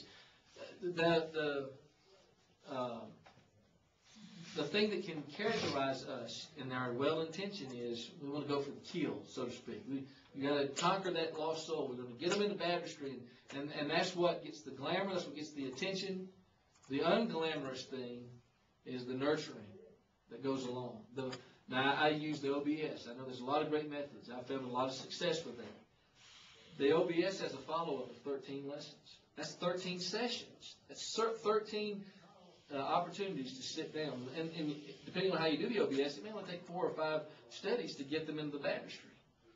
We're talking about a sustained effort. But it should be our goal to have at least 1 study at all time going on. Because we are evangelists. That's at the fulcrum, the focal point of our work. That's what we need to emphasize. Yes, sir. We were talking about friends earlier. Shouldn't we have non-Christian friends? Absolutely. Because I have a lot of friends that were still in the life that I was in, and you know, a lot of them were good friends, even though they're still out there, and I still try to get them in. So, and I don't know how you're going to influence them if you're not their friend. You know? That's right. And that involves several things. Certainly, your personal spiritual life has got to be strong. Because they're going to be, they're in the world. They think, they talk, they act like the world. And so you're going to hear things said, and there's other factors. If your children are still in your home and still, you want to be careful what you expose them to. That may mean having a conversation with a friend. So we want you to come over for dinner. You know, I'd like you, if you know they have a foul mouth, watch your mouth. I'd like you to watch your mouth in front of, you know, these are kids, you know. And whatever, but those kinds of things have to happen. But it's good for your children to see you doing that. And then it challenges you to put this into practice. You know, when I'm at the store, when I'm with my kids' or activities, whatever they are, I'm looking for those that I can befriend and share the gospel with. With regard to this, number 6, have a fundamentals class going frequently. Don't let new converts die. I'll tell you guys, in the ideal, we're only going to keep a percentage of those that we baptize. I'm talking about when we do all that we can to be proactive. I think about someone with whom I studied not long ago, Stephen Compton, one of our deacons, and I studied with this young man.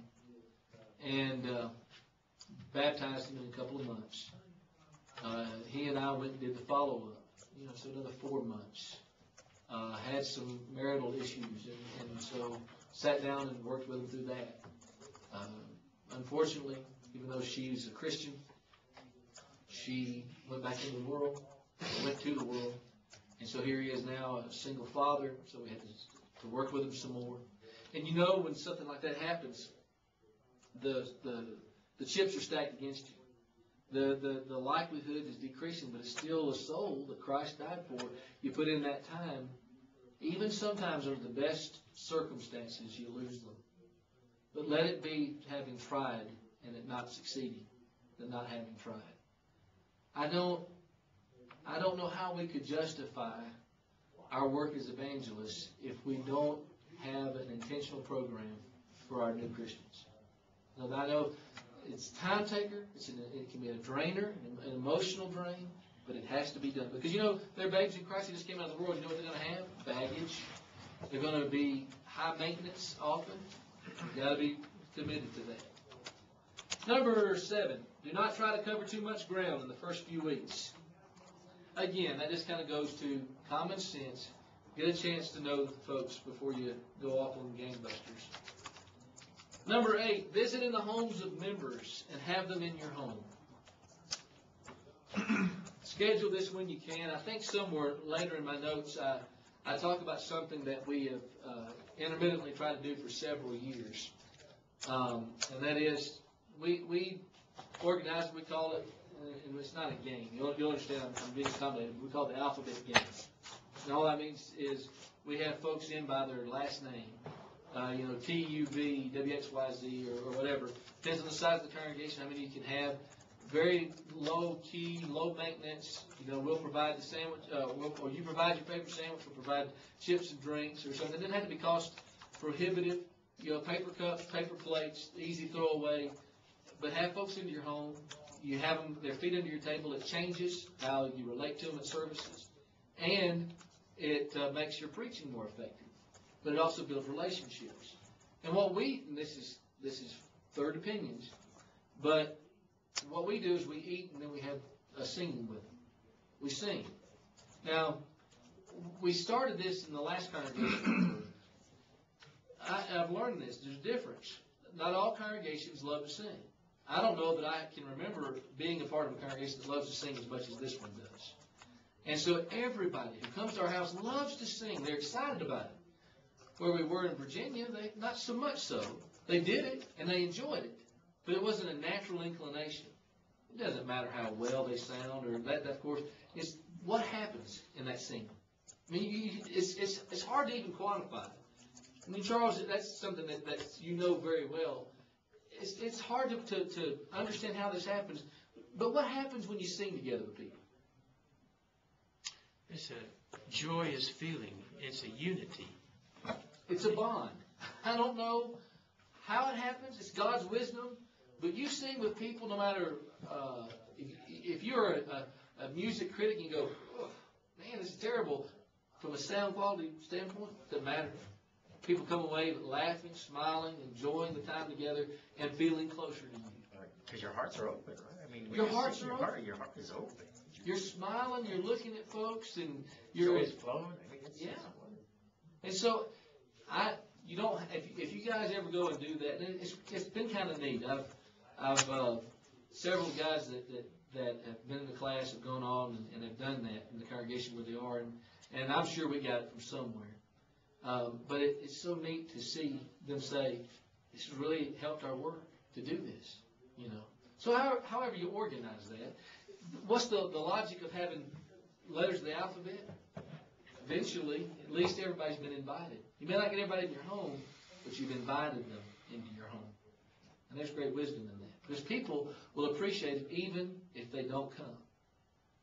I feel like the preacher wanted me in the home. That's kind of the whole thing about you can have friends, but don't be to the exclusion of others. Everybody feels welcome. All right, any comments or thoughts? Number 9, remember the grace of a sincere compliment. Don't overdo it. Make sure it's legitimate. Don't reach too far. Make sure that there's ground for the compliment. And then the thing that you can't see up there is don't forget the little things. What are the little things? What are some examples of some little things in the lives and in the work of the congregation that you need to be sensitive to? That's a good point, because there's enough people that pays attention to the little things more than the big things. You get and in our culture, in our time today, people are really, really getting tired of others not being courteous and a lack of respect. And the little things that we take for granted, just saying hi, making contact, just making it known that when you pass them, they're there. That's right. And you're right. I've noticed that is a growing tendency, and I watch it. And no church and no person in the church is perfect. But when we're sensitive and we're aware of that, and let's say we're standing in the foyer, in the back of the auditorium or whatever, and you're paying attention to whoever it happens to be right in front of you, but you see other things that are going on, and sometimes you'll see somebody you'll see both sides of this. You'll see somebody expectantly seeing somebody else come by, and then you'll watch, and you'll see that other person go right past them. That, I think all of us will be guilty of that from time to time. And so I understand that. But if we're not careful, we can develop the reputation of being the person who does that, who breezes right by every time. They're not going to, and you know what it could be? It could be that they're insecure. It could be that they're not comfortable. In those situations, they're more introverted. That's not an excuse, but it does help to understand how people can completely blow by somebody. And, you know, we've tried to make that an emphasis here with members, because everywhere I've ever been, I see this, and it gets, as the culture changes, it's getting worse. I'm standing there with somebody who's obviously never been there, before. It's somebody who, they don't look familiar at all. And I'm shaking their hand, I'm talking to them. And somebody will come up to me and will talk to me, will engage me. Here they are. Maybe they'll look, maybe they won't. And then they'll take right off. The little things make such a difference. Paying attention to little people. What about the little 4 or 5-year-old? We'll say, well, you know, I heard you say, or whatever you might have observed. You know, you see them up there playing church. A lot of times kids everywhere, they do that. You know, that was a good sermon you preached. You're going to make a good preacher someday. Or well, you have a pretty voice, you know, whatever it is. And that's it. It takes 3 seconds. But they'll remember that. Sister so-and-so lost her husband on January 14th, 2012. It's January 14th, 2013. Why not jot down a little thinking about you? I realize you lost your sweet John last year, and I know that time doesn't erase the pain. Just want you to know that I'm thinking. Drop it in the mail cost you 44 cents, but what has that done for her life? She's struggling. She still sits there, and all of a sudden she starts crying for no reason at all. She thinks, we had all the food that came to our house after the funeral, and everybody came and hugged my neck, and it was so sweet, but then they've forgotten. Little things. What does it cost you? Very little. But what does it do? So much. I would say that is a challenge that you need to ever have in front of yourself in local work, is to pay attention to the little things. There's Sister so-and-so that cleans the kitchen. Who sees that? Nobody. Don't embarrass her. You have to know her. But a lot of times you can say, brethren, where would this church be without people like Sister so-and-so? Did you know that she cleans this kitchen 4 times a year? Or she cleans this kitchen once a month? Or brother and sister so-and-so come in here and clean the baptistry once a month? Aren't we thankful for that? I'll tell you, I've done some baptisms before where I'd rather been out in the creek or a lake somewhere because it was so nasty, because people weren't paying attention to it. Or for several years we had one family. They were new Christians who were looking for some way to be involved. They did the Lord's Supper preparation. Get up there and just say, boy, we're thankful for that. Or write them a note to say that you appreciate it. Those are the little things. They pay a big dividend in your success in ministry. It's not why you're not trying to help yourself. You're trying to be God's servant. But you help the church to be healthier, and you help it to be more receptive. You help it to be closer to our Lord by those kinds of things. But you know what? As Charles was saying, in our culture, a lot of folks have lost sight of it. All right, that's all I got. Anything you want to add before we move on? All right, let me just introduce this. We're going to have chapel here in a little bit. I call this the preacher's problems. A little bit of intersect, but I want to just kind of touch on them in a little different way. Neal, what was that last one? Pay attention to little things. Oh, okay. That's the one that didn't show up on the screen. And you can't see this one here. I don't know why, because there's plenty of room on the screen, but it's the preacher's problems. Something happens when I plug in this little adapter into my computer. For some reason, on my computer, it throws it way off, and So it's causing that problem. I'm sorry. Is it because Donnie had this the other day? He had that setting at something, and he turned it to normal or regular, and it was perfect. He did it up there? Yeah, the setting on the TV. Do you know where it was? Yeah, he used the remote. Maybe it's Keystone. I may work on that after chapel. See if I can't figure it out. All right, number 1, avoid cliques. We've already said something about that. Don't just spend time always with the few. With regard to that, let me just suggest some other things. First of all should know that they can call on you.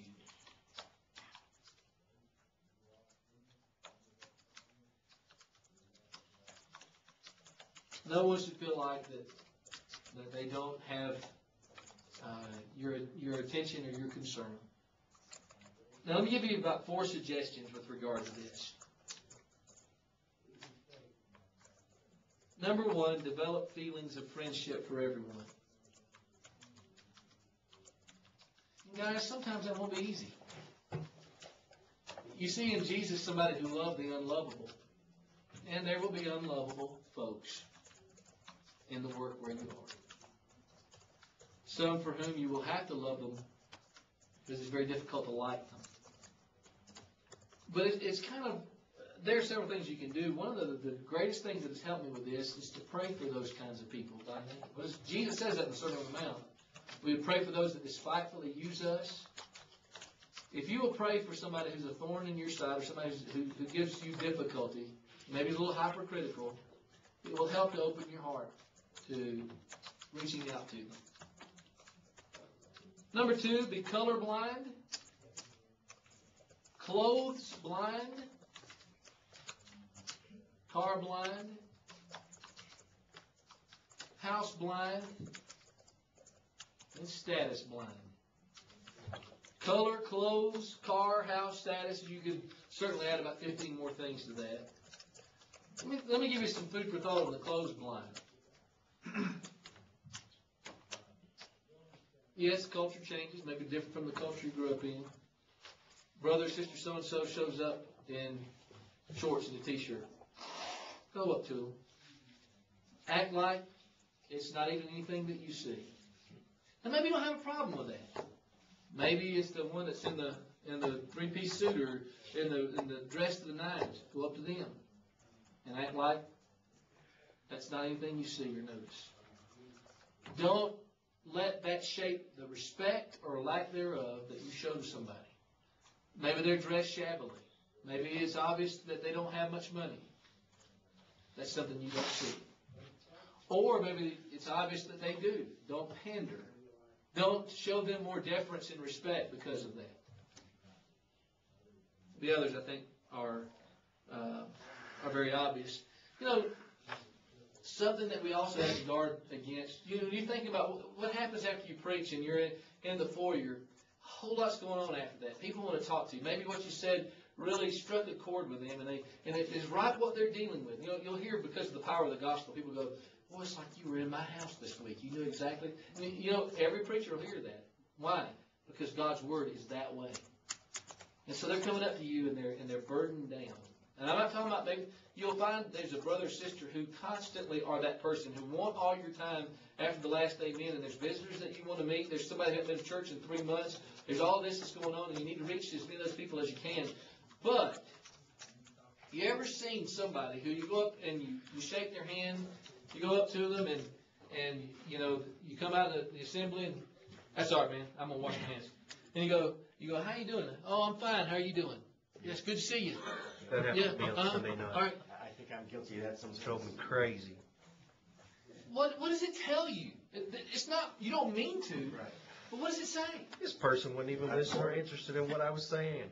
Yeah. It was so funny. At best, they were being perfunctory. They were feeling some duty. Right. I'm not a duty. I'm a person. I'm a soul. Preachers have to really watch that. When you're with them, you're with them. What does that mean? Give them your ears, give them your eyes. You may have something very pressing. Finish patiently and then move on. Okay? Because I don't know how it strikes you, but to me it feels political, like a politician, shaking hands and kissing babies. We don't need to be that. Be genuine. Be sincere. Give them your time. Now, you're right. We're all going to fail at that, but don't let that be you, who you are. Right. Well, is there a Discipline. Well, yeah, okay, because, I'm kind of single-minded sometimes. I'm looking for somebody, and, I don't mean to. A lot of times I don't mean to. Well, there's a grace of helping, especially, maybe it's a perfect storm, that's going on, and then this person takes forever to get to the point. Help them, subtly, without betraying impatience. Try to help them through, don't finish their sentence, but try to focus in on what it is that they need and help them with that. There's an example, I won't call her name, but there's a newer Christian here who's emotionally needy, wants time, and wants your time, and will always take it every single time. You've got to maintain control to some degree, or what you'll do is you can spend 15 or 20 minutes after every service with that one person, only always, and really you have a broader responsibility than that. Be kind, but listen to whatever that point is and say, I appreciate that, and I look forward to the next time we can visit about it, but this sister so-and-so here has just lost her husband, and I need to go talk to her. She's asked, or somebody's, I was looking for that I invited churches here today, and I want to go see them. I mean, it's really good talking with you, and then move on. You don't show disrespect, but try to make use of the time the best you can. That's a balancing act. I'm not saying there's a perfect way to deal with that, but try to keep those things in mind. Yes, sir. When my wife taught in Japan for a while, because the opportunity that came up, she was over there for 12 and a half months. And when I went over there to visit for a month, she came up to me before going to Mito City Church of Christ. She came up to me and she said, or before we left, she said, Charles, when you're talking to these Japanese, make sure you don't do something. I said, what's that? And she said, I don't know how many times I've had them come up to me and tell me, you know what we hate about Americans? And she said the Japanese are just, they gang pile on the fact that Americans cut each other off, finish their sentences, interfere, and don't listen. And she said, when you're at church with me, make sure you don't talk before they stop. Make sure you don't cut them off. Make sure you listen, nod your head, and let them finish. I said, okay. And I found that to be very beneficial. But it seems like over here, if there's any art that's lost, it's listening. You're right. There are most cultures, and those of you that have done some travels with your jobs know that this is so, and that may be all you guys. Oriental culture, African culture is very much based on courtesies, and the introductions and the greetings are much longer. It's hello, how are you? I'm fine. How are you? How is your family? Good. How's your family? Very well. How is your job? Fine. How's your job? And they go through a litany of these things before they ever get to the purpose of the conversation. And we don't do that. We are to the point. On to the next thing. And there is a part of that we've got to accommodate being in this culture, but we can still do so with courtesy. And that's a great point. To be mindful of that and how refreshing it is when we do that in a culture unaccustomed to it. All right. We'll be back here at 10:45.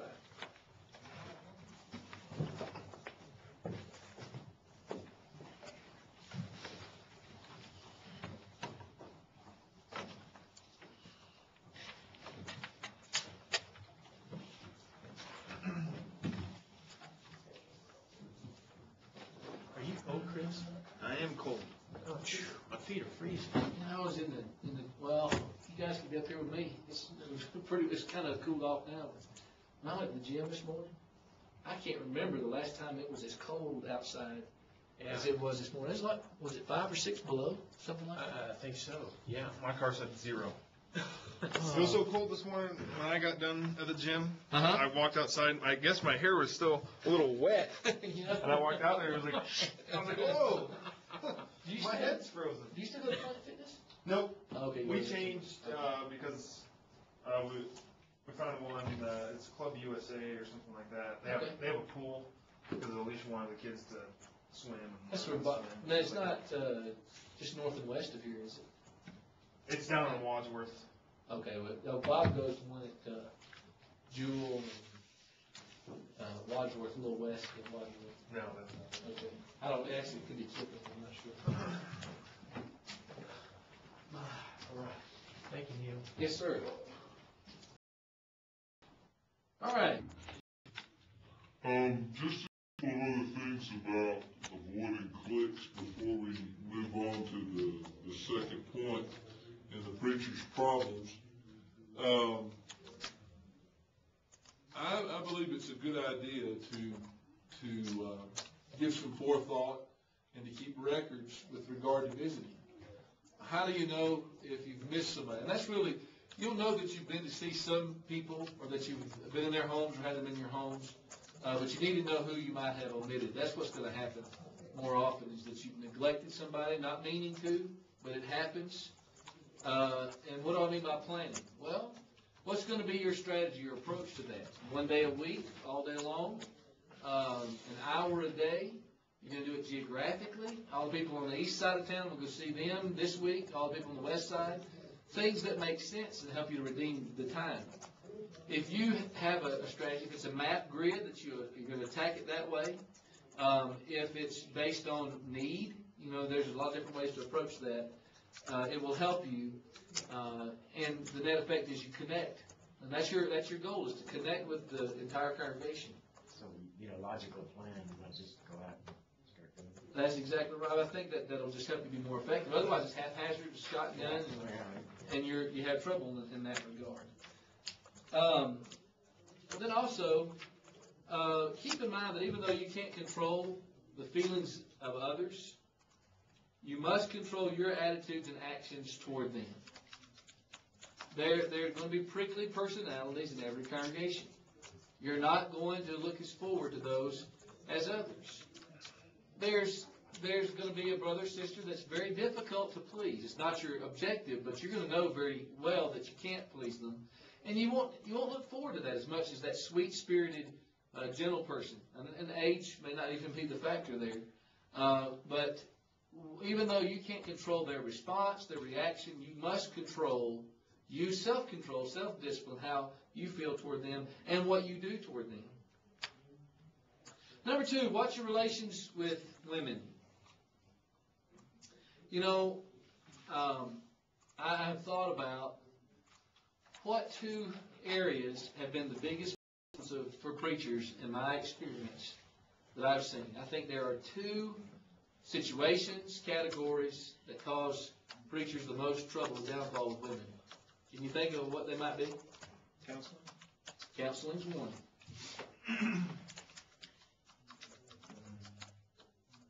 Probably the most predominant one. But another one with some frequency. Personal Bible study? Hugging? No, that's just that. We'll talk about how we interact with others. But secretaries and counseling. I knew a situation where there was a preacher who was preaching for a larger congregation, and the elders bore a little bit of the blame in at least setting this up. The woman was beautiful.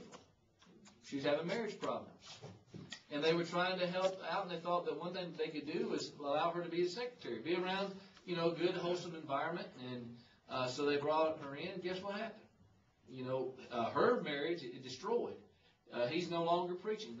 He was once a very effective man. And we'll talk about some of the things that can get us into trouble in those regards. But counseling makes sense, doesn't it? And there's a great book. I want to recommend this resource. I think it's still in print. The author's name is Greg Jantz, Jantz. Greg Jantz, and Greg has 2 G's, Gregg. The book is called Too Close to the Flame. I don't know that Jance is a member of the church. It is published by Howard Publishing Company in West Monroe, Louisiana, the home church of Duck Dynasty folks. I'd say they're theologically left of us, but the book is good. It's a counseling-related resource. And Jance talks about how this can be a problem for preachers, that you have a preacher who has not guarded his heart, is one half of the equation, and an idealist or a climber with regard to the woman. Idealist, because a lot of times when women are sitting there and they're listening to us preach, they idealize. They think that we're perfect. Which even if they interact with us and there's evidence to the contrary, we're a representation. We're not real to them. And, it doesn't matter. You think, well, I don't feel like I'm all that good looking, or I'm, this detraction, that detraction, doesn't matter. You are a voice. You are, there's a magnetic quality sometimes. You've got to guard against that. So they idealize you. Oh, you must be the perfect husband. You must be the perfect father. And that can cause, on their part, an attraction that shouldn't be there. Or, if they have problems and they're trying to escape them, that's what I mean by climbing, they see you as an escape. You're sympathetic, you're sitting there listening, and if you don't guard yourself, and that's where it starts. If your heart is not being kept, then you set yourself up to where all you lack is the opportunity. The desire is already there. Matthew chapter 5, we're very familiar with, in verse 28,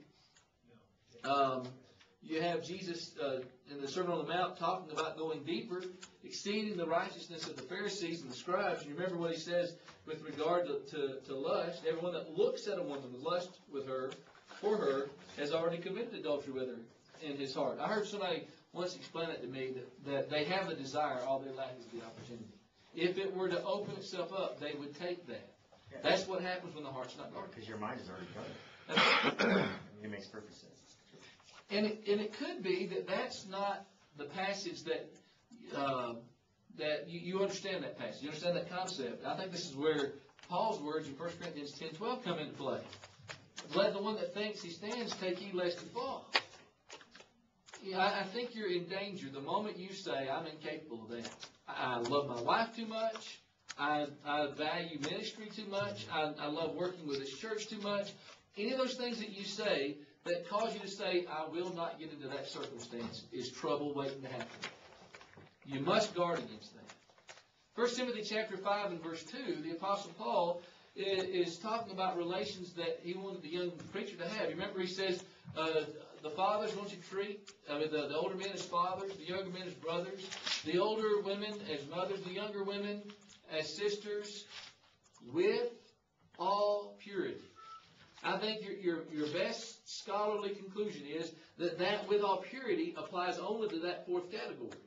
Why would Paul have to tell that young preacher, oh yeah, those older men, fathers, younger men, brothers, not with all purity, older women, mothers, but younger women, sisters, with all purity? Because we get in trouble there.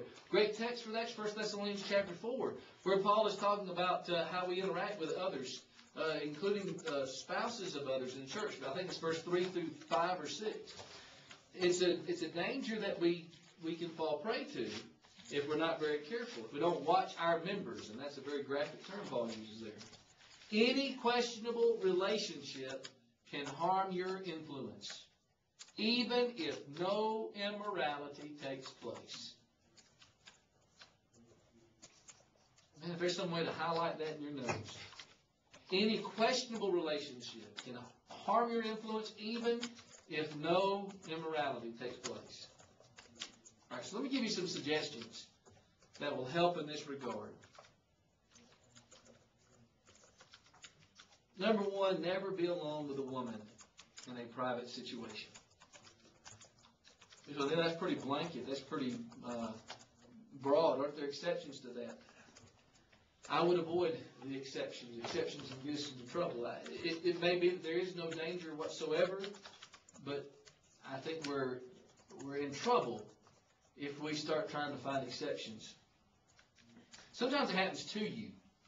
Sometimes you get into a situation where you're in an auditorium with somebody and then everybody starts to leave.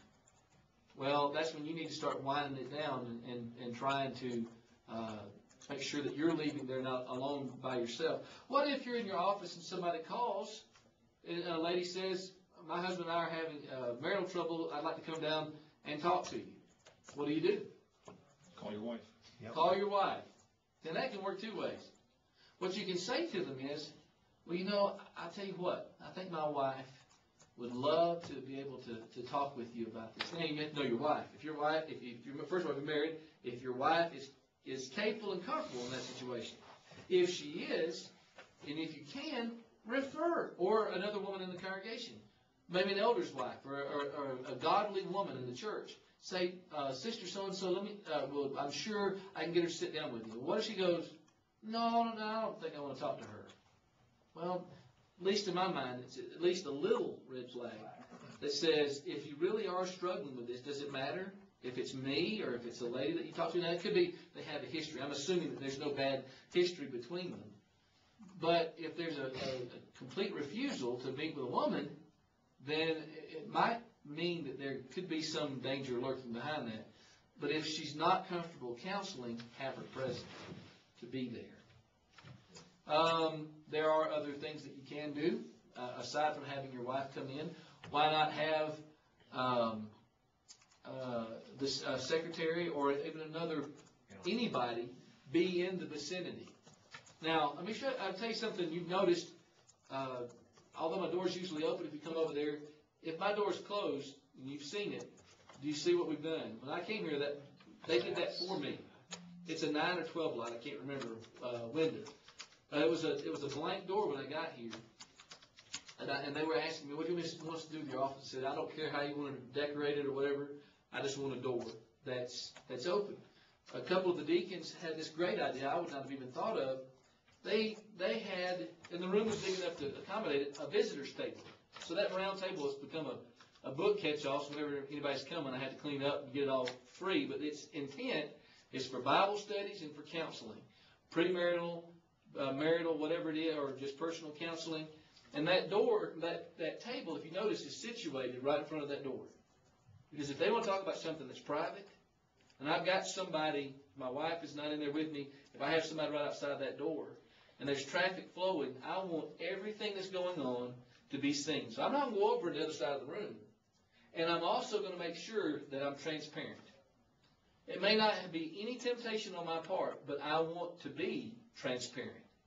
Because it takes away any question, any doubt whatsoever. I know to some degree you'd say this is common sense, but I don't know how it is that so many preachers have gotten in trouble in these circumstances.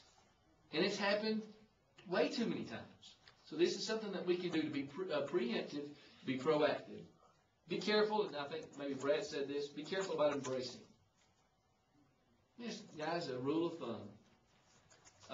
It keeps you from sending the wrong message. It keeps you from temptation. I believe, third opinions, I believe a sideways hug is a safe bet.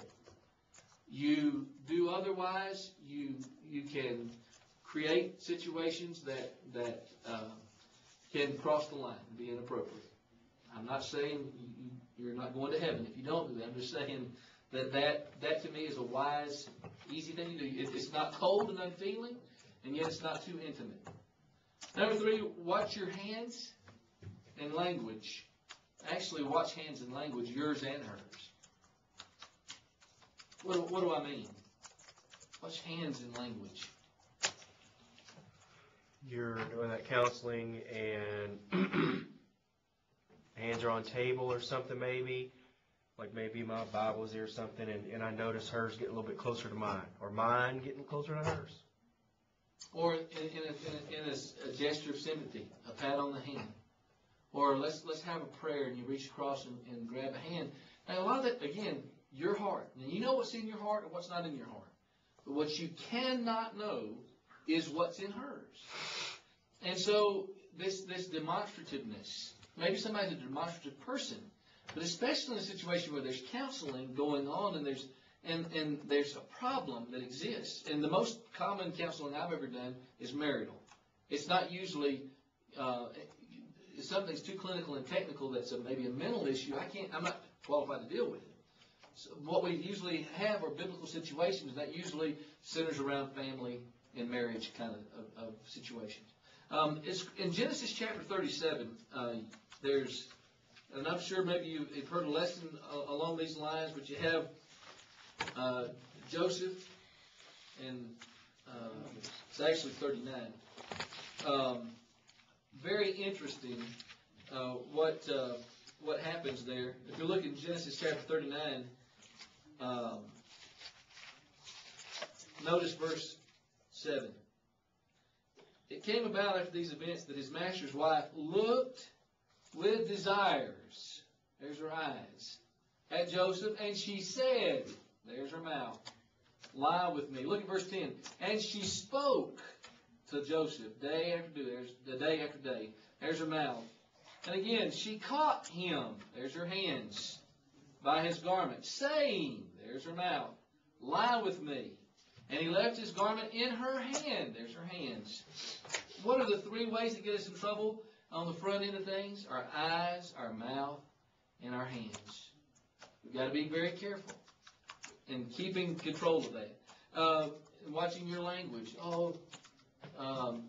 Even the things like, you look very nice today for our session. Oh, what is that perfume you're wearing? It smells good. I've had that happen to me before. Somebody said, oh, that cologne, that smells good. I say, thank you, it's my wife's favorite. What did I do? You killed it right there. And you introduced your wife to the situation. I'm married, and she likes it, and I know it, and that's why I wear it. You see, what have I done? Have I been ugly? Have I been inappropriate? Have I been mean? Not at all. But I have stopped a problem before it began. Innocently, non-confrontationally, but it keeps that from growing. Yes, sir. And that same stopping a problem before it happens, what if you have feelings for this person? I mean, should you just, I can't help you? I think that's where you try to find a discreet way to pass that off. Yeah. Say you're in a situation where you don't have elders, that makes it much more difficult, but you find somebody godly, somebody spiritual who can, instead of usually probably an older person, sure, where it minimizes that issue. So sorry, I have to get that paper. Yep. Yeah, he never did come by. Yep. That's all right, no problem. That's all right, you're in there, man. You're immortalized. I think that's a great question.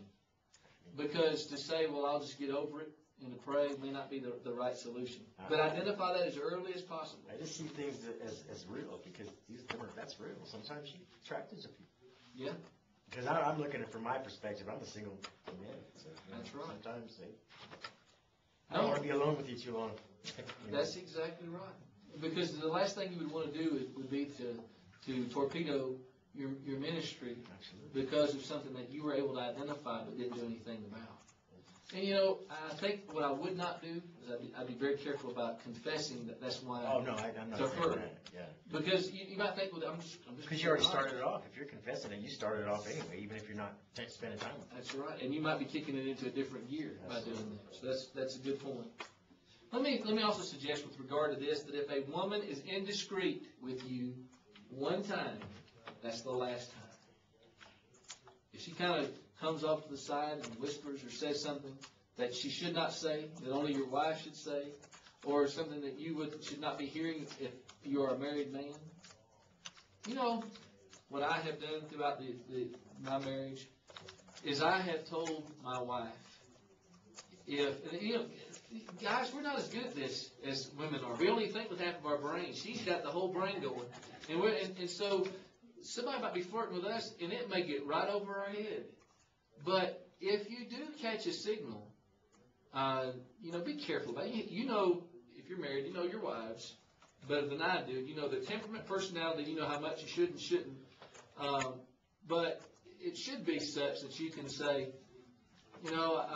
if somebody's sending you an email, that kind of thing, or a text message, say, such and such emailed me today, or sent me a Facebook inbox message, and it said da-da-da-da.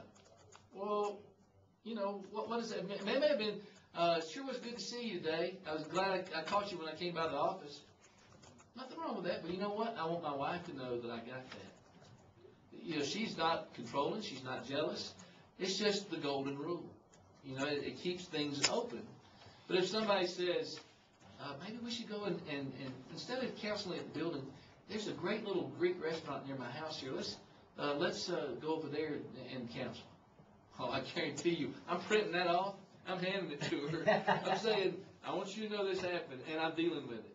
All right? So, a lot of times, what is it? Sin loves the darkness. It hates the light. And if you can shed the light on it, you keep yourself from getting into a bad situation. If you are married, remember you are a married man, and every man has a breaking point. And really, I can just leave off the first half of that. Every man has a breaking point.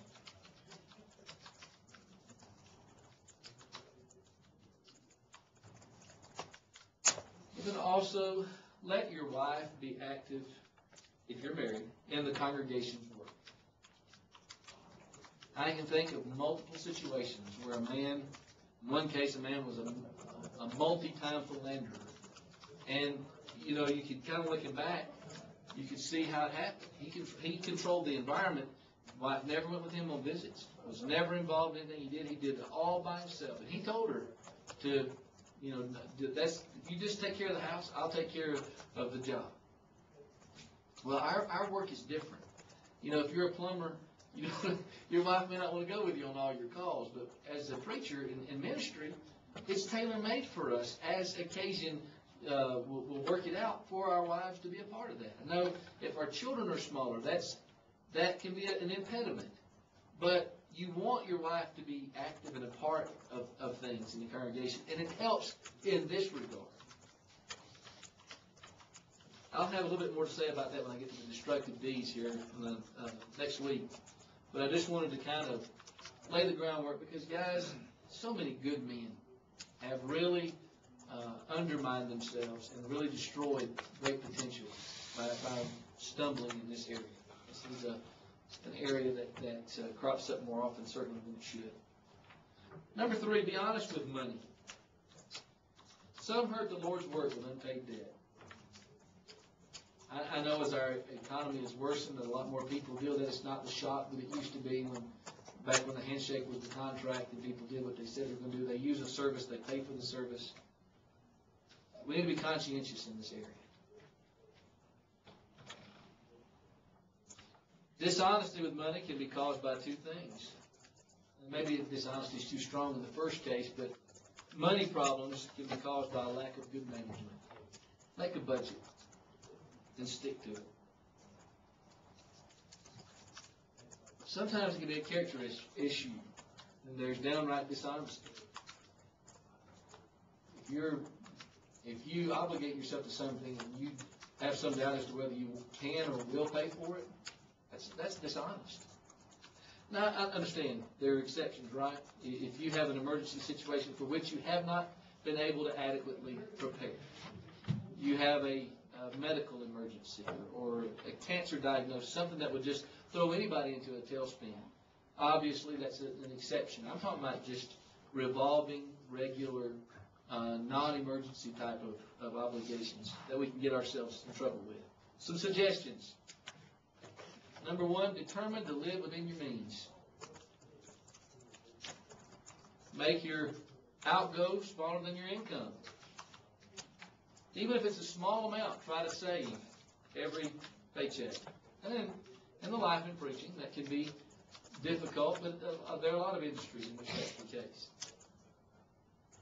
Plan ahead. How do you pay for your vacation? You just kind of go and throw it on the card and just kind of pay it back as you can? Or why not?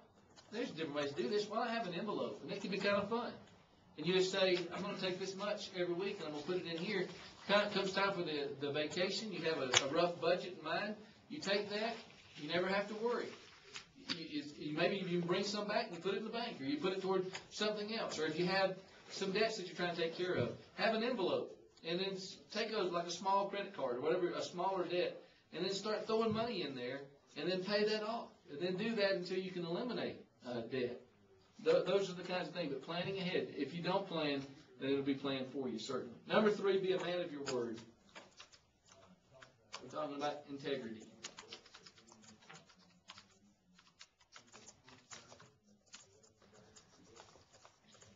And then also keep the right attitude about money. We'll say more about that in 1 Timothy chapter 6. Some false attitudes that people have toward money.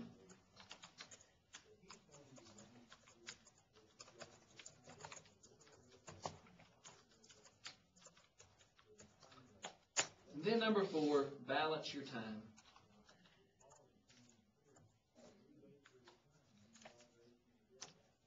You know, again, the constitutional character of this class is different, median age being a big factor.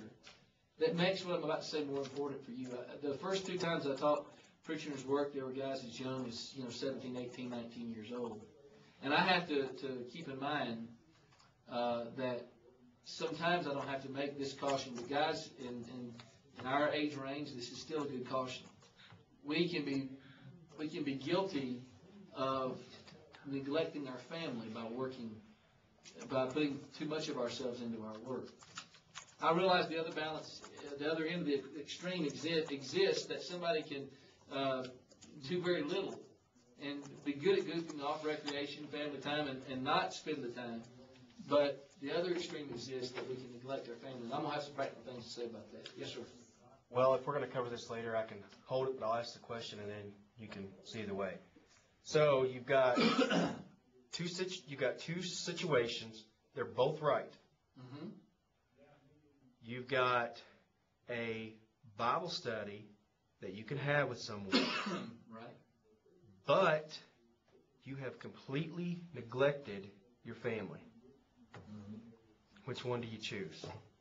If there does not appear to be any way to, well, let's have the study on Saturday afternoon, and we'll do the family on Thursday, because I have run into that during school time.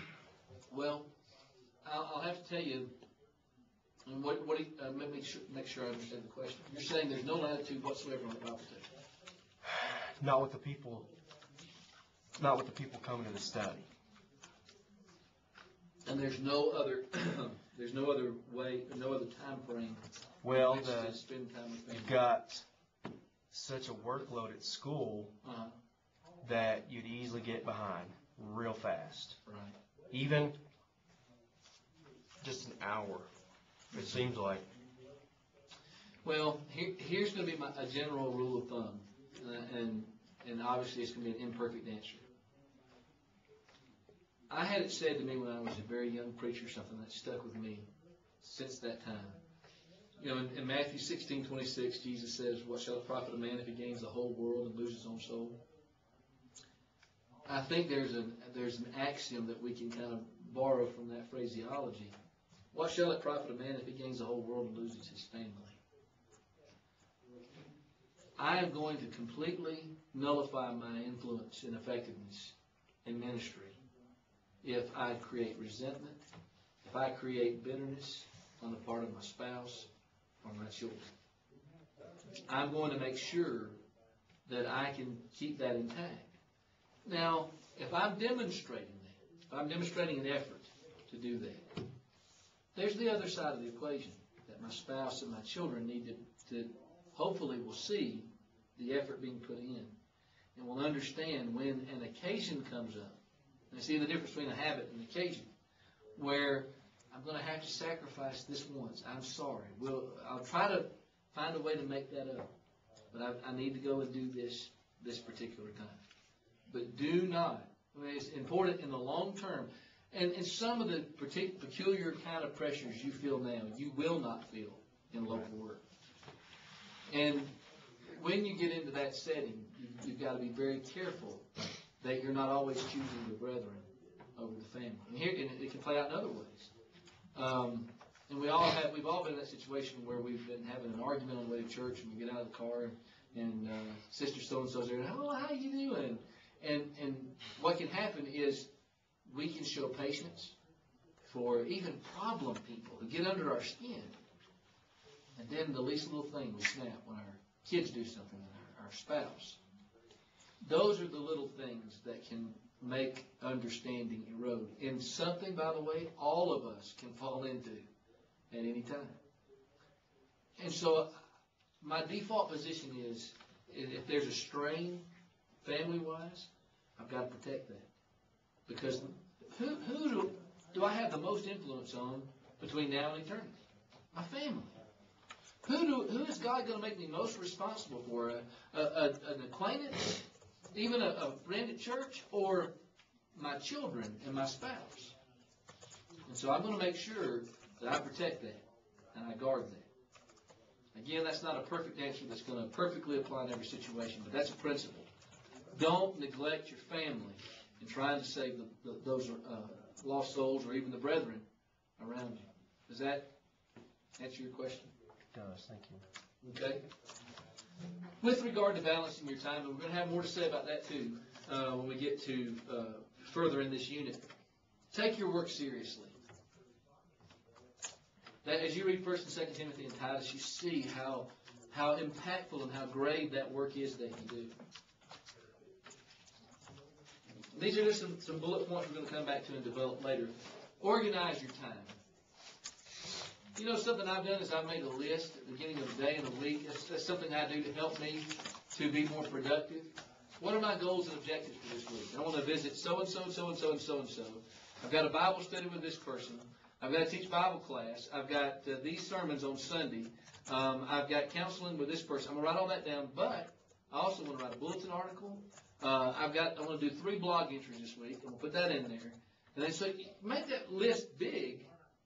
You can't do everything, but get as much of that as you can. Maybe you have 5 visits, and you can only make 2 or 3 in that particular week. Get as much of it as you can. You don't write it down, you're probably going to be less productive.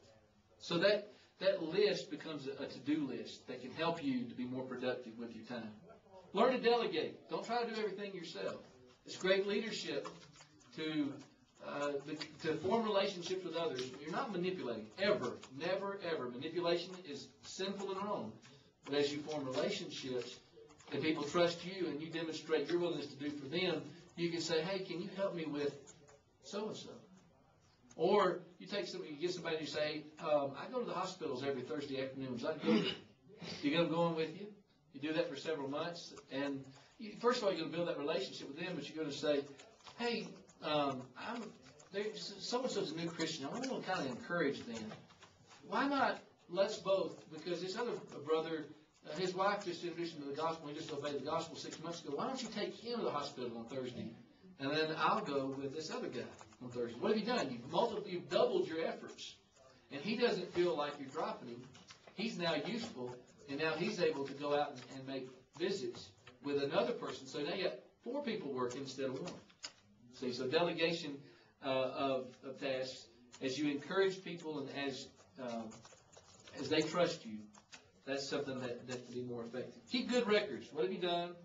Where have you been? How are you using your time? All right. Again, I'm going to develop some of this more fully, but do you have any questions on anything that we've discussed in this? All right. I want to spend the rest of the time today, I think is what it's going to take, in sharing with you some things. There's not much of this in the class, but I do come at preaching from a peculiar situation. Any other you guys have fathers who are preachers? You have a father-in-law who is preached. Is he in full-time preaching currently? No. Okay. There's some value in that, and there are a few lessons that, in particular, I think can be very helpful. It was a privilege of mine to be raised in a preaching home. And it really helps me to see things not only as a child but as a parent. I've been on both sides of that. I think it's helped a little bit with knowing how to help my children through some times that can be difficult. And when I was raised, we moved several times. I'm trying to think. I think I counted it was 13 times, 13 places I lived between the time I was born and the time that I got married. My dad was a domestic missionary. And that was the nature of that work sometimes, that he started a work, and sometimes it was hard to get it to go, or it was successful and moved on somewhere else. And I saw my dad receive unfair treatment, and I saw him discouraged. My dad burned out. He got out of preaching on 2 different occasions. Once he sold insurance, and once he became a counselor for the state of Georgia. So I've seen that can happen. And we faced some financial hardships. I don't know too many guys my age who had to go fetch water from the neighbor for their drinking water. We didn't have potable water where we lived in Glen, Georgia. And fortunately, we had sweet neighbors. And so my siblings and I would go and climb the hill, and we'd bring mason jars or tea jars, you know. We'd bring them back down, 3 or 4 or 5 or 6 of those at a time. We were poor. We lived pretty close. But despite that, early on, I grew to love the life of preaching. I cannot remember. I remember when I was a little boy being asked what I want to do when I grew up. I was 4 or 5 years old, and I said I want to be a mailman and a Baptist preacher. I don't know how that came to be my vision of things, but really, tangibly, I can't remember anything else I wanted to do. My dad would take me on Bible studies. We did the Jewel Miller film strips, and I would be the guy who carried the record player, and I would advance the slides on those when they had the old the slides instead of the VHS. You know, this was before even that time. And I remember my dad taking groceries to folks who were in need and benevolence, and seeing his heart for God. And my dad took me to the building and took a chalkboard and would write very, very basic Greek words on the board. So I had my first lessons of those lines. I didn't know what he was doing. He never, ever once said, I want you to be a preacher. I don't probably know in my personality I would have gone the other way. But he was planting seeds. But he also taught me some lessons, and you see those up there. I want to elaborate on that because it's very important. I've talked with the faculty and staff, and this is something that we always wrestle with, believe it or not, is walking the line of telling you about, forewarning you of challenges to come without leaving you the impression that this life is so fraught with difficulties and dangers and problems that no sane person would ever want to do it, because that's as far from the truth as could be. There are challenges that are unique in preaching, but the blessings outweigh the difficulties in such a way that it's hard to even compare the two. Whatever headaches that a preacher will endure, there are perks that cannot be matched. Just a couple of things to think about. You get to devote yourself full time to doing God's work. To me, that by itself is pretty cool. That's what I get to do with my life, is to devote myself full time to that. You have additional time, number 2, to study the unfathomable riches of the gospel. Ephesians 3 and verse 8, the unsearchable riches of Christ. On a daily basis, you get time to do that.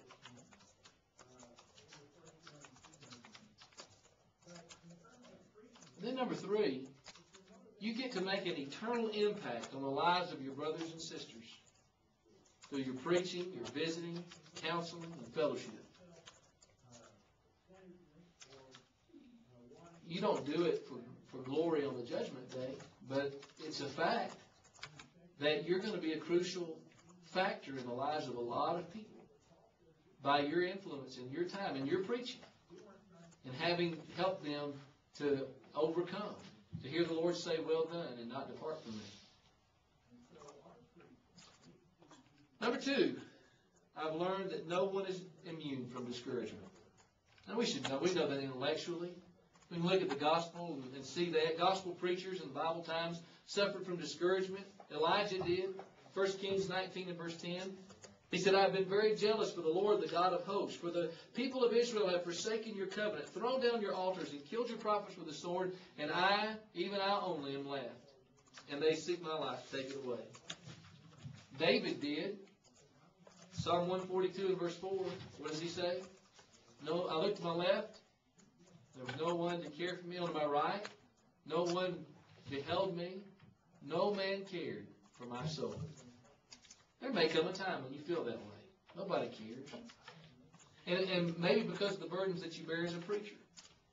Solomon did. Solomon called the preacher. Ecclesiastes 1 and verse 2. He says, vanity of vanity. Everything is meaningless. Ecclesiastes 1 and verse 2. What about Paul? Man, as positive and encouraging as he was to others, he was pretty low when he wrote 2 Timothy. He was dealing with some discouragement. 2 Timothy 4 verse 16, he said, nobody stood by me. Everybody deserted me. These are some of the great men of God in the Bible. And they were discouraged. What about Jesus? Was Jesus ever discouraged? What about in John chapter 6 when they come back for some more food and Jesus teaches them about that food that endures, that living bread. And then he teaches them that difficult truth for them to hear. John 6:66 says that from that time, many of his disciples turned back and followed him no more. Jesus turned to his disciples and what did he say? Y'all going to leave me too? Will you also go away? Do you hear a note of discouragement in our Lord's voice? He's going, here are all these people. They're here for the food and the loaves and the fishes, but now I'm expecting commitment from them, and they leave. Look, the people, they're all gone. Never come back. Discouragement comes. Let me share with you a survey that was put out by Fuller Institute. This is the same Fuller that Bob Turner's doing his education through. I'm going to go slow enough for you to get these statistics. They're a warning. That doesn't mean this is going to be something you're going to encounter, but this is what they found in the survey. 80% believe their ministry has affected their families negatively. This is a survey of preachers from Fuller Institute. 80% believe that their ministry has affected their families negatively. 33% say that being in the ministry is an outright hazard to their family.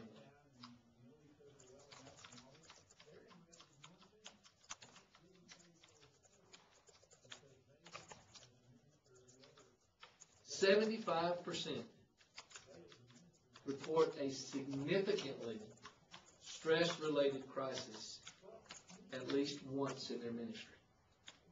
You guys tell me, do I need to repeat all these time to get them?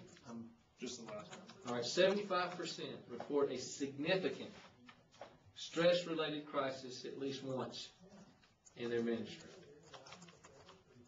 Got fired. We're involved in a split. We're a material part of that. Could have been an adultery situation. 50% feel unable to meet the needs of the job.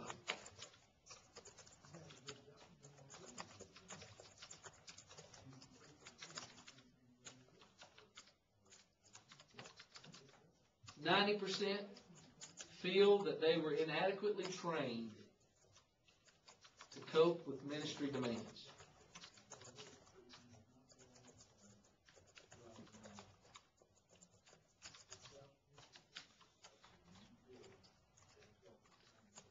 %70 say that they have a lower self-image than when they started in the ministry.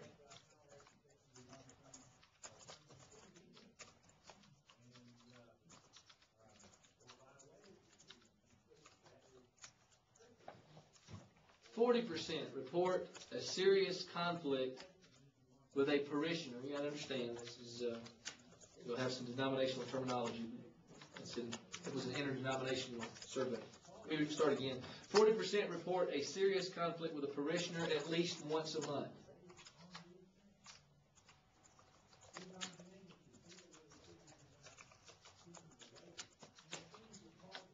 And then 70% do not have someone they consider a close friend. Okay. Let's go do the work. Yeah, that's what they'll say. Now, by the way, the source for this is Partners in Prayer, John Maxwell. You think, wow, I wouldn't have thought Maxwell would have done something like that. Page 80. Now, what can we conclude? What are some things maybe we can do as we observe that survey? First of all, some of that, even with those who give negative responses, may not realize their own part to play in some of that. Some of it may be an inaccurate perception. Some of that may have been the very nature of the questions that were asked. If you were to ask, do you feel you were properly trained to cope with ministry demands? Well, you may say, well, what's properly? You know, what experience is the best teacher? How do you teach experience? You can't do that, you see. And perhaps we overinflate how serious a conflict is with a church member. I have to say, I cannot relate to most of these statistics. But what I bring them up for this reason, to say, be forewarned that discouragement happens and can happen in these specific areas. I feel like, I don't know of a survey that's been done among churches of Christ. I would like to think that those statistics are going to be different. I don't know how much. I'm not saying that it would be. It'd be an interesting thing. Maybe one of you guys can do a survey like that to try to find out. I don't know that I would want to even conduct that. But then also to say, how do you quantify that was negative?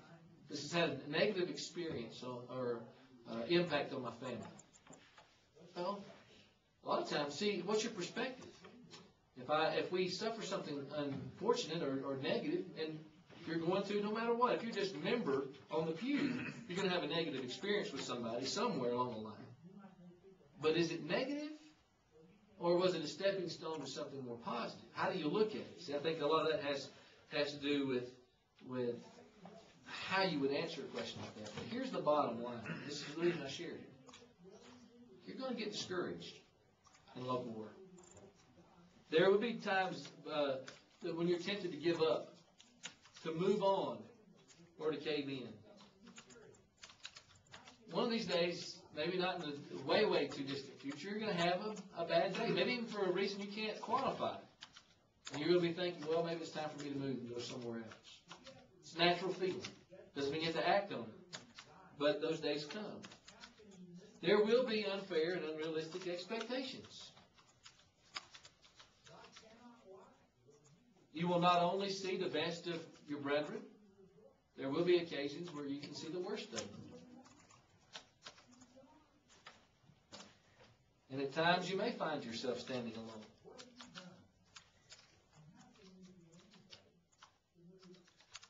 But I want you to think of this as you face the prospect of discouragement.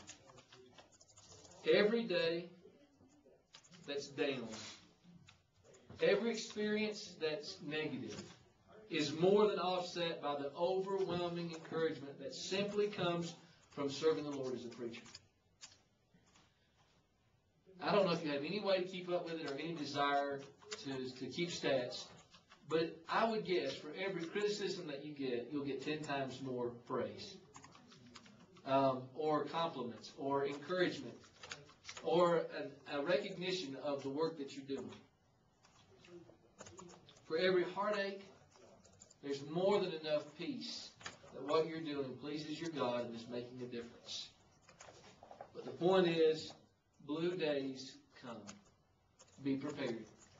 Don't be shocked or surprised by it. Number 3, I've learned preachers can and should be normal men. My dad played football and basketball and ran track in high school. Had a football scholarship to Harding University. He played ball with me. We watched ball together. He watched me play. He took me fishing and hunting. He laughed at my jokes and my goofiness with genuine enthusiasm that let me know that he really thought, even though I know I'm not, he thought I was funny. He took his days off to be with his family. He always took us on vacation. Poor fella only thinks there's one vacation spot in the world. It's Cherokee, North Carolina. But he took us. We went there. And he always made it special. And he always left his work behind. He had a garden. He loved to sing. He went to PTA meetings. And in all of these things, they're examples of the example that he left of what we should do in preaching. I never, ever heard the term fishbowl family. You're living in a fishbowl because you're a preacher. Never even entertained that thought. And I never thought of our family as living in a glass house. Are you? Are people looking at your family? Are they looking at them on occasion in a way that they don't look at others? Maybe so. Just ignore it. Just know it's there and just keep on moving. Was that old George Bailey saying, what does the moon do when all the little dogs are barking at it? Just keep shining. That's what you do. Just keep shining. And so as you prospectively look at this life in preaching, do things with your family. Love them. Be involved in your community. fellowship with the church and connect with them. Risk. Something that I think we may have mentioned, I don't know if we mentioned it in the tongue class upstairs, I think we did at least touch on it. Speak highly of your brothers and sisters in Christ to your family. When you're coming home from church services, no matter what aggravating things somebody may have done to you, try not to share that with your family. I'm not saying you put a bubble around them and keep them from dealing with the real world, but their attitude toward the church tomorrow is being formed by your attitude about the church today. And if the elders, and occasionally elders, as godly and wonderful as they are, will frustrate you. You'll disagree with the speed or the judgment or something about a decision, but you don't air that to your family. Because it may be just blowing off steam for you, but it may live with them. It may stay with them. I've often thought about, I've known a lot of gospel preachers who were good preachers, who seemed to be very effective in local work, but their families were a mess. And perhaps part of that was because they didn't use discretion about how their attitude privately toward the church. Another thing, allow your children to be imperfect. There's a situation that may come where there's a conflict with your child and another child. There may be the temptation, for the sake of the job, to take the other child's side. There can be the equal temptation to always take your child's side and not to be reasonable about that. But just do realize your child may do something wrong. In fact, they will. And allow them to be imperfect. Don't make them to be always by your side there at the services, and they can't go off and play with other kids, and they have to, Sunday morning, Sunday night, Wednesday night be in a three-piece suit, and that there's something wrong if they aren't. Let them be kids. Let them be imperfect. That doesn't mean you don't discipline them. You know your godly responsibility. Let them be normal. Spend time with your family. I learned all that in the idea that we should be normal. Now the question comes, you notice that normal is in quotation mark? What's normal? Especially in our world today, what's normal? I don't mean, let them get an 8-inch gauge and have their ears drooping down to their hips necessarily, or having their pants at their knees. I'm not saying that. There are rules and guidelines for that, but let them be like other kids are. Don't make them act a certain way because they're the preacher's kids. And that's something I've learned and we've tried to do, and that is, I want you to do this or not do this, not because you're the preacher's kid, but because you're in a Christian family. And that's how Christians behave. There's not elevated expectations, but God has expectations for everybody. Does that make sense? All right, I think it brings a lot of peace of mind and makes ministry more enjoyable for everybody, if you just realize that. That one principle. All right, then also God will provide. I think that's a principle that we need to remember, what David said in Psalm 37 and verse 25. I experienced that in a preacher's home, and now I have as a father. I have not seen the righteous forsaken, nor his seed or his descendants begging bread. God provides so wonderfully. I know that he loves preachers. Somebody said God loves preachers. He had one son, and he was a preacher. So he knows and he cares about our concerns. What was that scripture in Psalms? 37:25. I've been young and now I'm old, yet have not seen the righteous forsaken or his seed begging bread. Beautiful passage. He provides materially for us. May not have the biggest house in town. May not have the highest income. It's really probably not going to be an aspiration. But God will make sure that we're taken care of. He also provides opportunities to change people's lives through your preaching.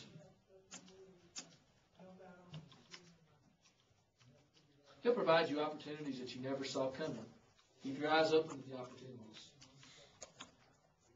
It's an amazing way to see that God's alive and working when you see the opportunities that come into your life.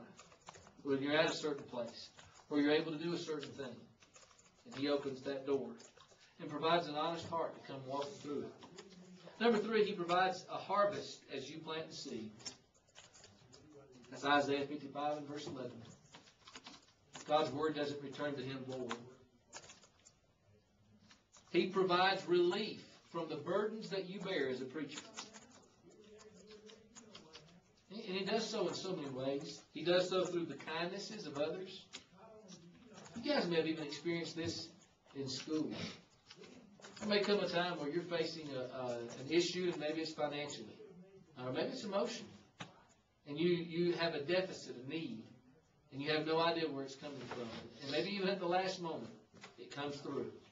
Maybe it's an unexpected source of one-time income. Or maybe it's just somebody who said the right thing just when you needed it the most, in something related to your discouragement in school or your discouragement with the plans that you're making to preach. It's just amazing. Over and over again, he provides the need of the moment. He provides through a loving family. He provides through answered prayer. And he provides through the promises of his word.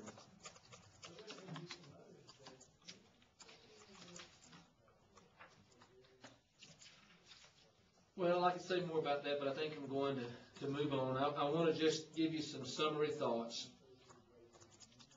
about the preacher's personal life. Just some words to the wise. I'm going to have to get with Donnie and figure out how to fix that little problem down there. Read the Bible and other good books every day. Be well read, well versed, mostly in the Bible, but also be informed about what's going on in your world. Do the work of a preacher. Don't do the work of an elder. Don't devolve yourself to where all you're doing is the work of a deacon. Remember your mission. Number 3, of course, apply your preaching to your own life.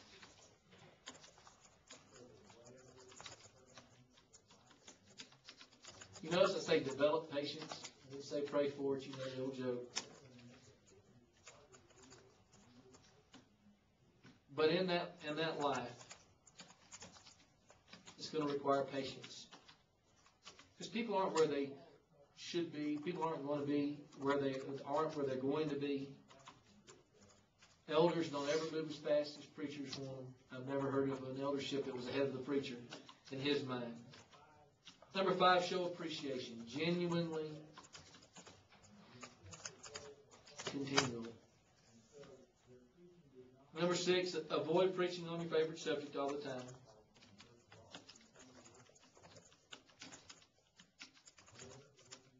Fulfill what Paul says in 1 Thessalonians chapter 5 and be gentle toward all men.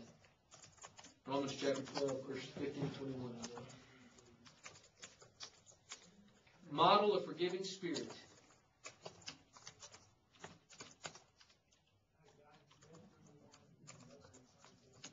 You can be very effective and you release people from the guilt or offense of something they've done. And you're quick to forgive, anxious to forgive. Be willing to admit when you're wrong. Hardest 2 words to say are, I'm sorry. Hardest 3 words to say is, I was wrong. We've got to learn to say it. A lot of church splits, a lot of church problems have been caused or perpetuated because we could not admit that sometimes we're wrong. And then try to treat all people alike. All right, it's a good place for us to stop for the day. Don't forget, Thursday morning, Acts chapter 20, verse 31 through 35, memory work, your second assignment. That's all I think we have on the board. Let's have a word of prayer and we'll close for today. Father, again, thank you for the dedication of these men who are training each and every day to grow more productive in your service, to learn more about your word, to ready themselves for the great work in preaching. Father, I realize I said some things about the discouragements that can come. Please, Father, help me to emphasize always the much greater encouragement and excitement that comes in living this life. We realize that some bad things can happen to us and some very good things can happen, but most days are very normal and ordinary. Please help us to be fruitful in those times and do all that we can to grow as greater tools in your hands for your glory. Help us, Father, to enjoy this time of break and food, and we pray that you will help us to continue to sustain our efforts to be productive in your ways. In Jesus' name, amen. Amen. Thank you, guys. Thank you.